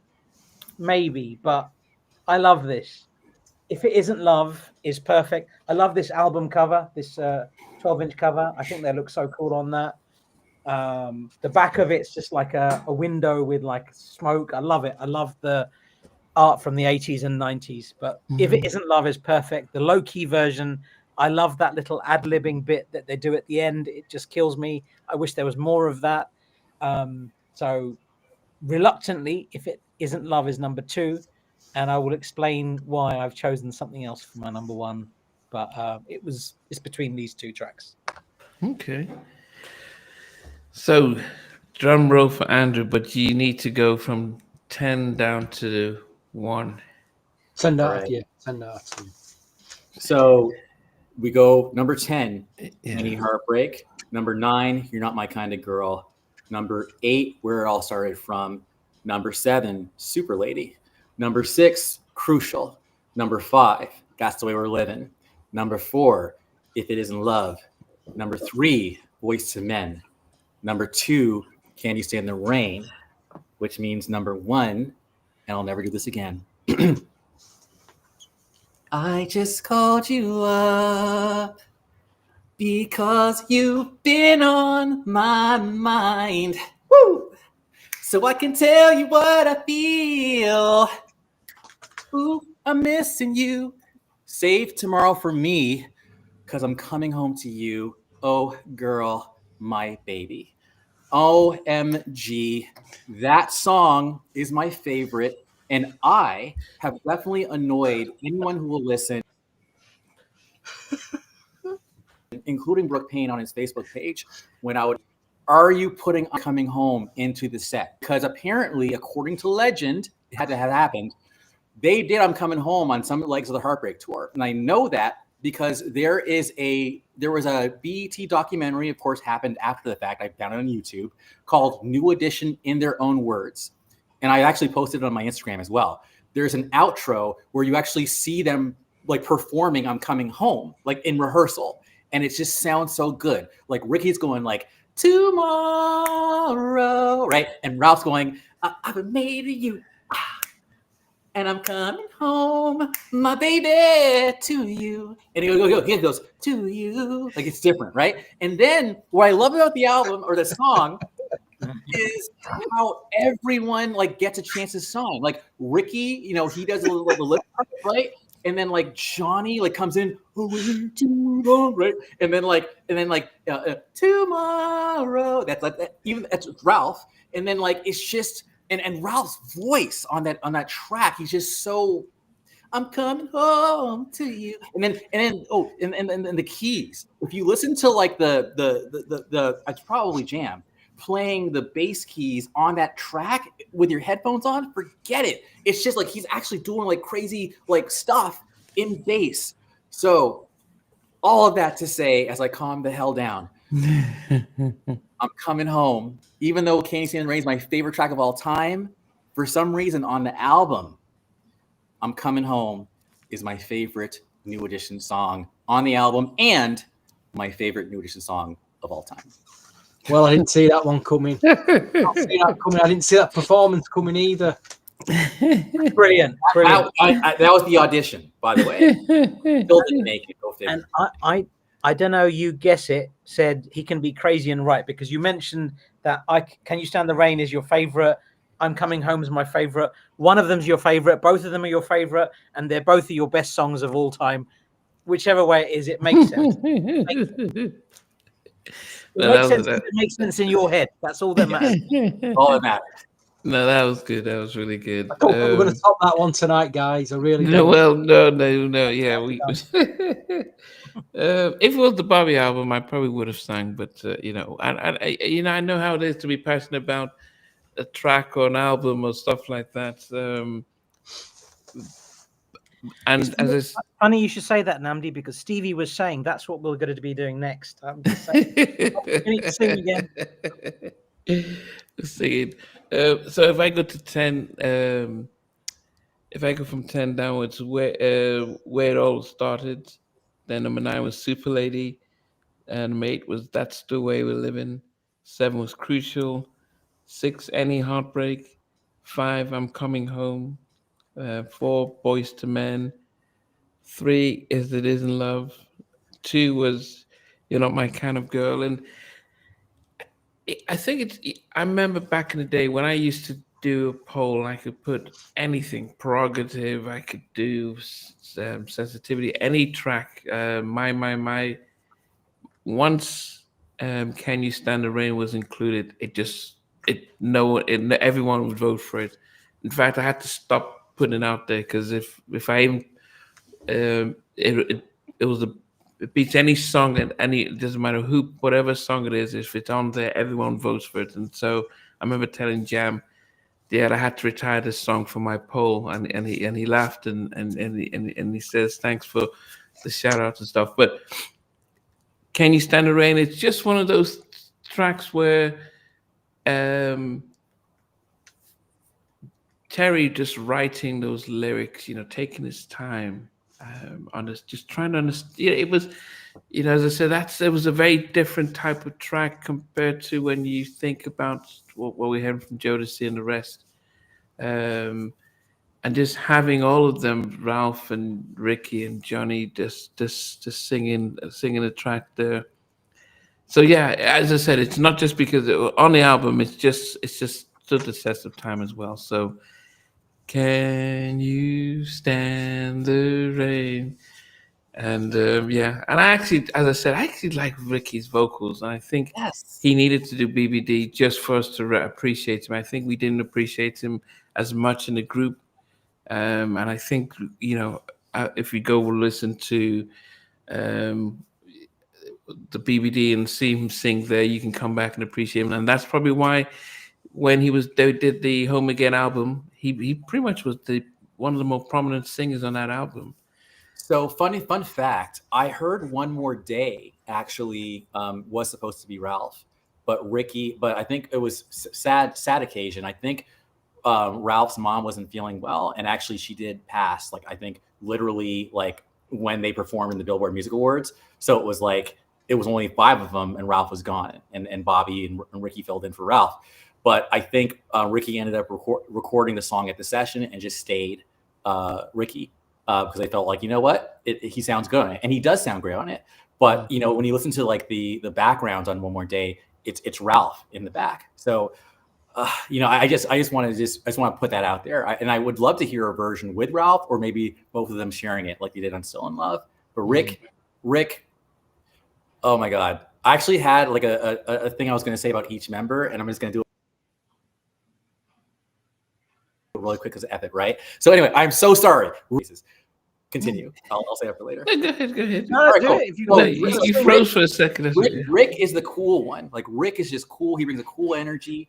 I feel like Ronnie was more mysterious. He has got the Christopher Walken eyebrows. There's nobody else in the world who looks like Ronnie DeVoe. And I think he makes the group stand. You see Ronnie in the back? Oh, that's New Edition. You just know it's New Edition or it's DVD. You got Johnny, who's the heavy artillery. He's just like, he's the nuke. Like if you guys got to blow people away, you get Johnny. Bobby was the electricity. He was the fire. He was that. Ralph is just like the star. Like he's like the star, the identity, the voice of the New Edition, the identity. I said that already. And then Mike was the swagger. Like he was the one who was like, if you want to hang out in more like a hip hop situation or whatever, just was Mike. So the fact thank you, Joe. So the fact that all 6 of them have like, they bring something to the table and they're not just like filler that can be switched in and out. That's unique. So I just love that Rick was just such a cool dude. He's just cool. And his voice was just underrated, in my opinion. But when you let him do his thing, it's like, oh, okay. So yeah, thank you guys. I really appreciate you for letting me do this. All good. And Ronnie deserves some love. I think Ronnie is he is so cool. I cannot explain how cool Ronnie is. I don't know why. New Jack Sweetie, man. Remember that? You want to shout her out? What's that? New Jack Sweetie, when Ronnie shouted her out recently on Facebook. Yeah. Ronnie gave her a shout out, which was lovely. I met him once, and he was just cool. It was just one interaction, and I was walking past. He was there. I was excited. It's Ronnie DeVoe, and all he does is this, and I'm like, yeah, man, that's Ronnie DeVoe. It was really cool. It's stupid, but it's cool, man. Thinking about it though, when you think of the Word to the Mother and any of the tracks they did together on Home Again, do you think what showcased them as a unit on one track? Oh, Back Where We Belong. Oh yeah, it feels so good. I mean, that's a huge part of why I love that track, because literally Ronnie starts it. No, Ronnie starts it off. Then Ricky, then Ralph, then Bobby. Bobby's shouting through the whole thing. Then but it's great. And then I think Ronnie has a rap, then Johnny, and then Ralph again, and then it's all of them. And that whole that song, I think, gives everyone a chance to shine. But are you guys saying? I mean, because even Home Again is great, but you really focus more. I forgot Mike. Stevie, think about it. When they did the remix, Word to the Mother, they did It's Poison, Don't Be Cruel, My Prerogative. The whole. Are you saying? Did you have a preference if you had the two tracks where they all sang on one track? Was that? Or maybe that's because that was the first track, and then, but they did. I'm with you, Namdi. I love. For me, Word to the Mother was it. It was it. That was just excitement overload. It was like they'd broken up, they got back together. Bobby did an album, Ralph did an album, BBD did an album. They're all back together. Let's all just. It was a really good remix as well. It was just ridiculous. It was like, what is going on? Because all individually, they were all fantastic projects. We were so excited. And then it wasn't New Edition. It was BBD featuring blah, blah, blah, blah, blah. And you're like, what? And that was the promise of a new album, which didn't come out until 5 years later. But amazing. That Word to the Mother was just absolute magic. Yeah. Wow. Okay. Stevie. Number 10 is Super Lady. Number 9, That's the Way We're Living. Number 8, Where It All Started. Number 7, I'm Coming Home. Sorry to disappoint Andrew there. Number 6, Any Heartbreak. Number 5, Crucial. Number 4, If It Isn't Love. Number 3, Can You Stand the Rain. Number 2, Boys to Men. And my number 1, I'm going to come at this from two different aspects. The first aspect is, you kind of touched on it, Namdi, but it was the sheer audacity of the song and the lyrics. Because all we used to hear with New Jack Swing was Keith Sweat, My Fantasy, I Want Her type lyrics, or begging a girl to come back to you type lyrics, or putting a girl on a pedestal and you try to get her type lyrics. And for the first time ever, I heard a song that said, "You're not my kind of girl." And I'm like, I was just like, that's the first time I'd ever heard us. What, you're actually telling a girl that you don't want her, that you're not interested. And the other aspect is you're wondering, who's this girl that they're talking? You feel sorry for the girl. Who's the girl they're talking about? You're not, because they're basically saying she's perfect in every way, but you're just not my type. And I'm like, is this personal? Who is this girl they're talking about?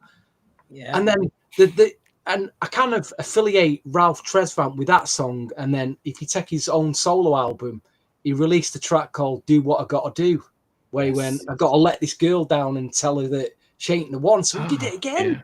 Yeah. What's going on? You didn't So yeah, not only that though, the production, I thought it was a very sophisticated, like mid-tempo New Jack. So I just loved the production.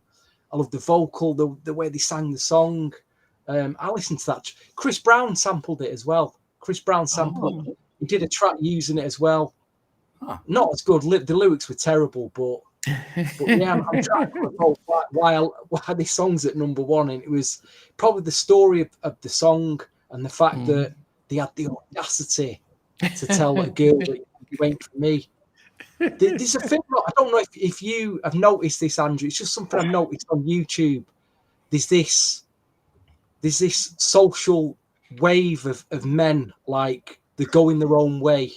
Oh yeah. I've Going their own way, and suddenly, notice women in America just suddenly they're finding that men don't want to go on dates with them, and they're just they're not chasing women in America like have you noticed this? Is this really a thing that's going on where it kind of is?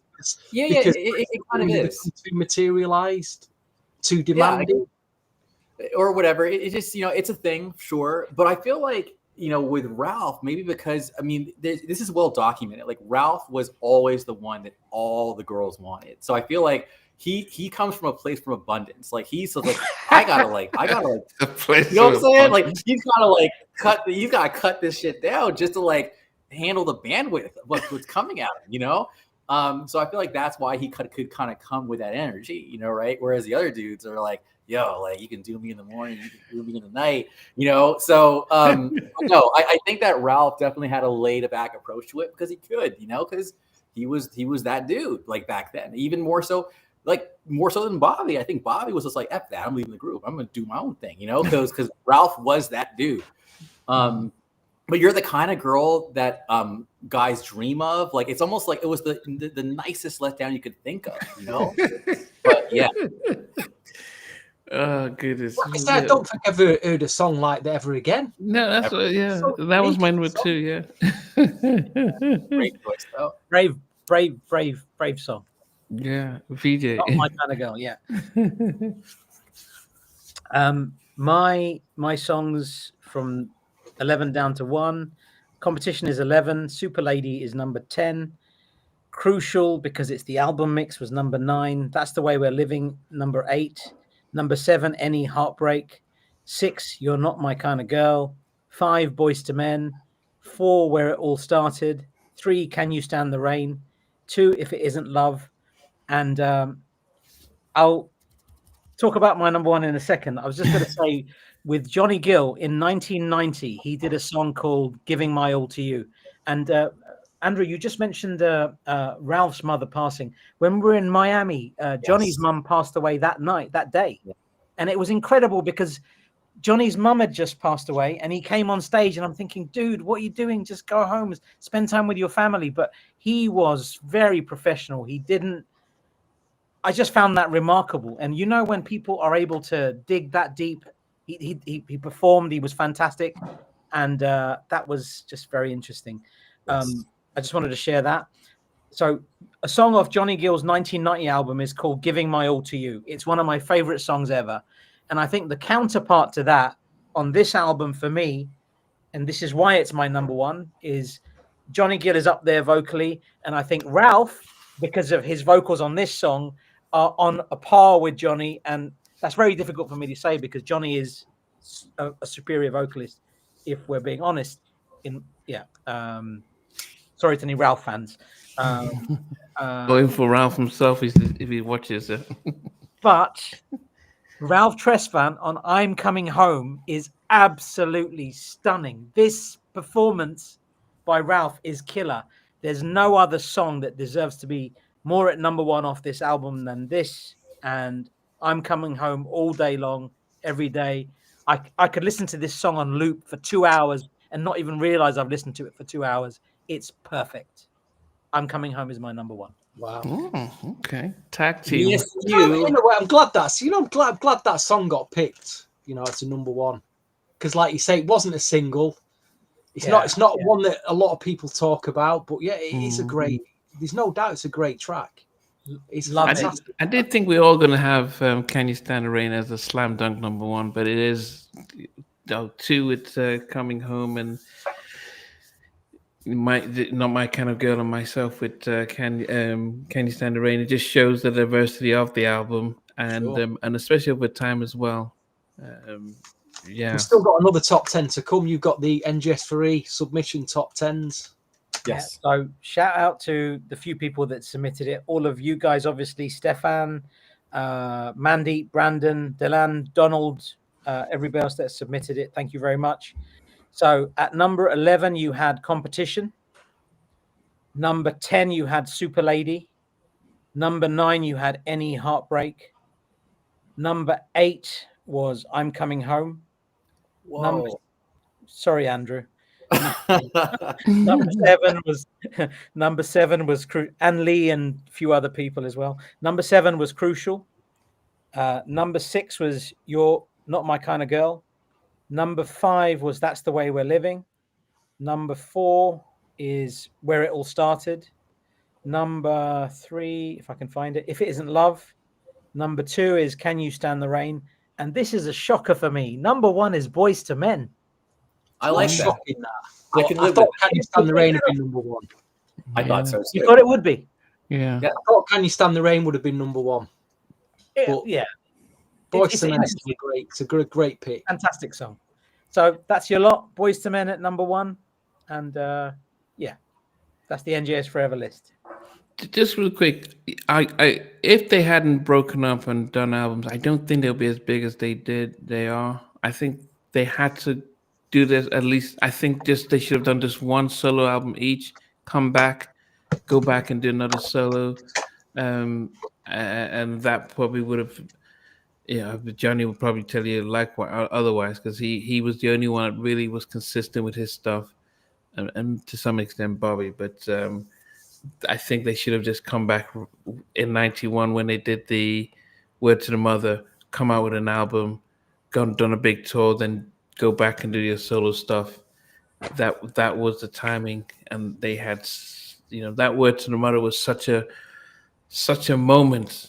It was such a moment, and we were waiting for something big. And remember that MTV performance that Bobby did, something to the heart, or Tap into my heart. Tap into my heart, and they all came out, the 6 of them for the first time, and goodness. But I think there's a reason why that didn't come out at that time, because one of your favorite albums, Nandi, was being made at that time. Bobby's album was being made around that time, so where would Bobby have done Bobby if New Edition were doing doing an album? Because you could tell that Bobby put a lot of energy into the Bobby album, a lot. Yeah, but I think they probably could no, but that Bobby album came out in '92, so and they did this stuff in '91. They could have recorded. '91 was when they started. It was at that time that all of the Bobby stuff was that they started during that period.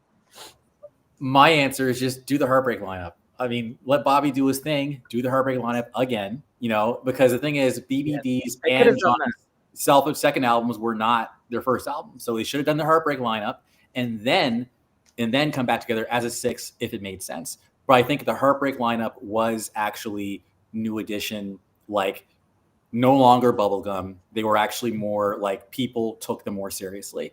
And that I think I'm partial to the Heartbreak lineup. Sorry, Bobby, I love you. Trust me, I do. But I think that the Heartbreak lineup is when New Edition went from potential fad group to actual legends, in my opinion. And if Bobby was too busy, he could have done a couple of songs, fitted in a couple of songs somewhere. Maybe. I don't know. Yeah. Can you pull up that question from P. Jones, please, Namdi? Because I want to address that, please. What was the question? Why is there no women on this panel? Two reasons for that.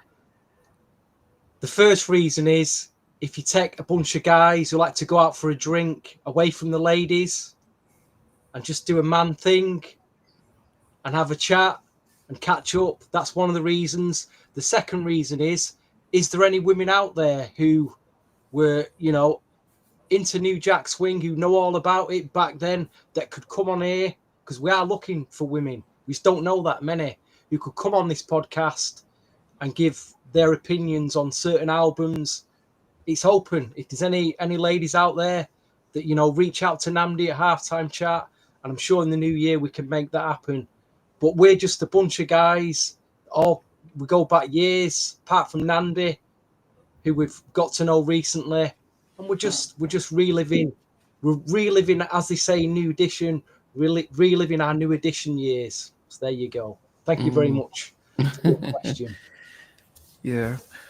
But anyway, guys, it's been well, for Andrew, I'm sure also it's been therapeutic and stuff. But it's been good to really celebrate New Edition. As I said, I have to. I remember Damien Hall saying that the only two groups he puts above that he will say on the guy was New Edition and Tony because they brought so much to the table, and yeah, and I have definitely looking at them, they took it seriously, man. They knew this was their last chance. They couldn't do the bubblegum stuff, and I didn't expect Bobby to blow up when they were recording this. And they and if could you imagine if they just came with Super Lady and stuff like that? That if that was the album, if that was the kind of those Jelly Bean tracks, like yeah, come on, Game over. and then Bobby's doing all that stuff, they would have said, yeah, man, this is it. Let's go back they home. Yeah. So definitely a good album. It's good that we all had something really different, diverse and stuff, and great performance from Andrew as well. So Sorry, one last thing, if I can, just slip this in, little thing. You mentioned New Edition Guy and Tony. Guy were touring with Tony at the time. Guy were also touring with New Edition on a separate tour, and we know that there was some things around that tour. But all three of them phenomenal. And if I was to add one group into that mix, into that group on that level, I would probably add Mint Condition, because I felt they were very special group, very talented, just serious musicians. Awesome. So, yeah. And Andrew, you still haven't told us the story of your audition in Minneapolis, because I just love the end. I actually did say no. I did say that. No, I did. I basically said that when I sang "I'm Coming Home," I did that exact rendition, and they still said no to me. So it broke my heart. The build up about the weather, and when and the way he was exited, it's always stayed with me. Oh, actually, you know what? Oh, I know what you're talking about now. Oh my God, you remember this? Okay. Oh my God. Okay. All right. This may or may not be a true story. So, oh my God, it's terrible. Okay. F it. So 2006, Diddy, of all people, is having an audition for Making the Band. Okay. So, and this is the Making the Band that became, I think, is it Day 26, whatever? That's what they put together. So I flew out from Chicago to Detroit and was waiting in line. It was freezing. I'm actually saying Casey in the rain to the cab driver. He's like, man, you're going to get it, right? So I can't believe you make me tell this story. But anyway, so I wait, I get in line, I do all the things. I finally make it to the room. Okay. This is heartbreaking. No pun intended for the heartbreak. But I get into the room and there's three judges. I'm pretty sure one of the usher producers is there. Anyway, I do my thing. I'm singing "Can You Stay in the Rain," heart out, like just doing my thing. And they're all like, yeah, whatever, right? So after I'm done, they're like, good job. I can't even tell the story. But whatever, it's all good. Life goes on. They lead me to a room, and I go to the room, and they're like, okay, go through that other door, And I'm like, cool, right? So I open the door, and I close it, and then I'm in a hallway, and there's like nothing, silence, and there's only another door after the hallway, and there's no handle on the door that I came from, so I'm stuck. So I open the door, snow outside. It was such a raw, whack rejection. But tell you what though, that way I avoided baby oil. The Day 26, they did their thing, but not really. I feel like, in life, when one door closes, another opens, so to speak. And that I worked that in. So anyway, I just wanted to say that is what happened. I must have told you that when you were in town here in Brooklyn. I've forgotten it. Just the fact that you bailed out in a load of snow. I've just never forgotten that story. It was a crazy, messed up story. But that said, I'm going to take my last 30 seconds to say that when Ralph says missing you, needing you, I'm wanting you every day, when he's doing those, I know Oops. I know, like those listen to and must be absorbed. I feel like his vocals were never better than that. So that's just me being a fan and saying, y'all, listen, I'm coming home, and listen to like Ralph's riffs towards the end. They're amazing. So all of that said, I had a humbling experience, but that's okay. I'm still here. And yeah, Marco was so cold, but it's all good. I'm smiling, and life goes on. And you might hear some music from me anyway. I'll be a studio gangster. All right. This has been great. My favorite Ralph new edition is That's Why I Lied. That's a good one. From yeah. From the Forgotten album. What was the album called? The one on Bad Boy. Yeah, I'm trying to remember too. Oh, One Love. One Love, yeah. Yeah. But anyway, it's been great. Well, Stevie, how did you find it today? I got 2 hours gone very, very quickly. I'll just wish everyone a good evening. We'll have to discuss in the new year what we're going to do with these guys for the next podcast. But I'll just say this. The New Jack Swing podcast. Good evening. Thanks for watching. Again, spending 2 hours with us, because that's the way we're living. That's the way we're living. Thank you. And happy birthday in advance, VJ.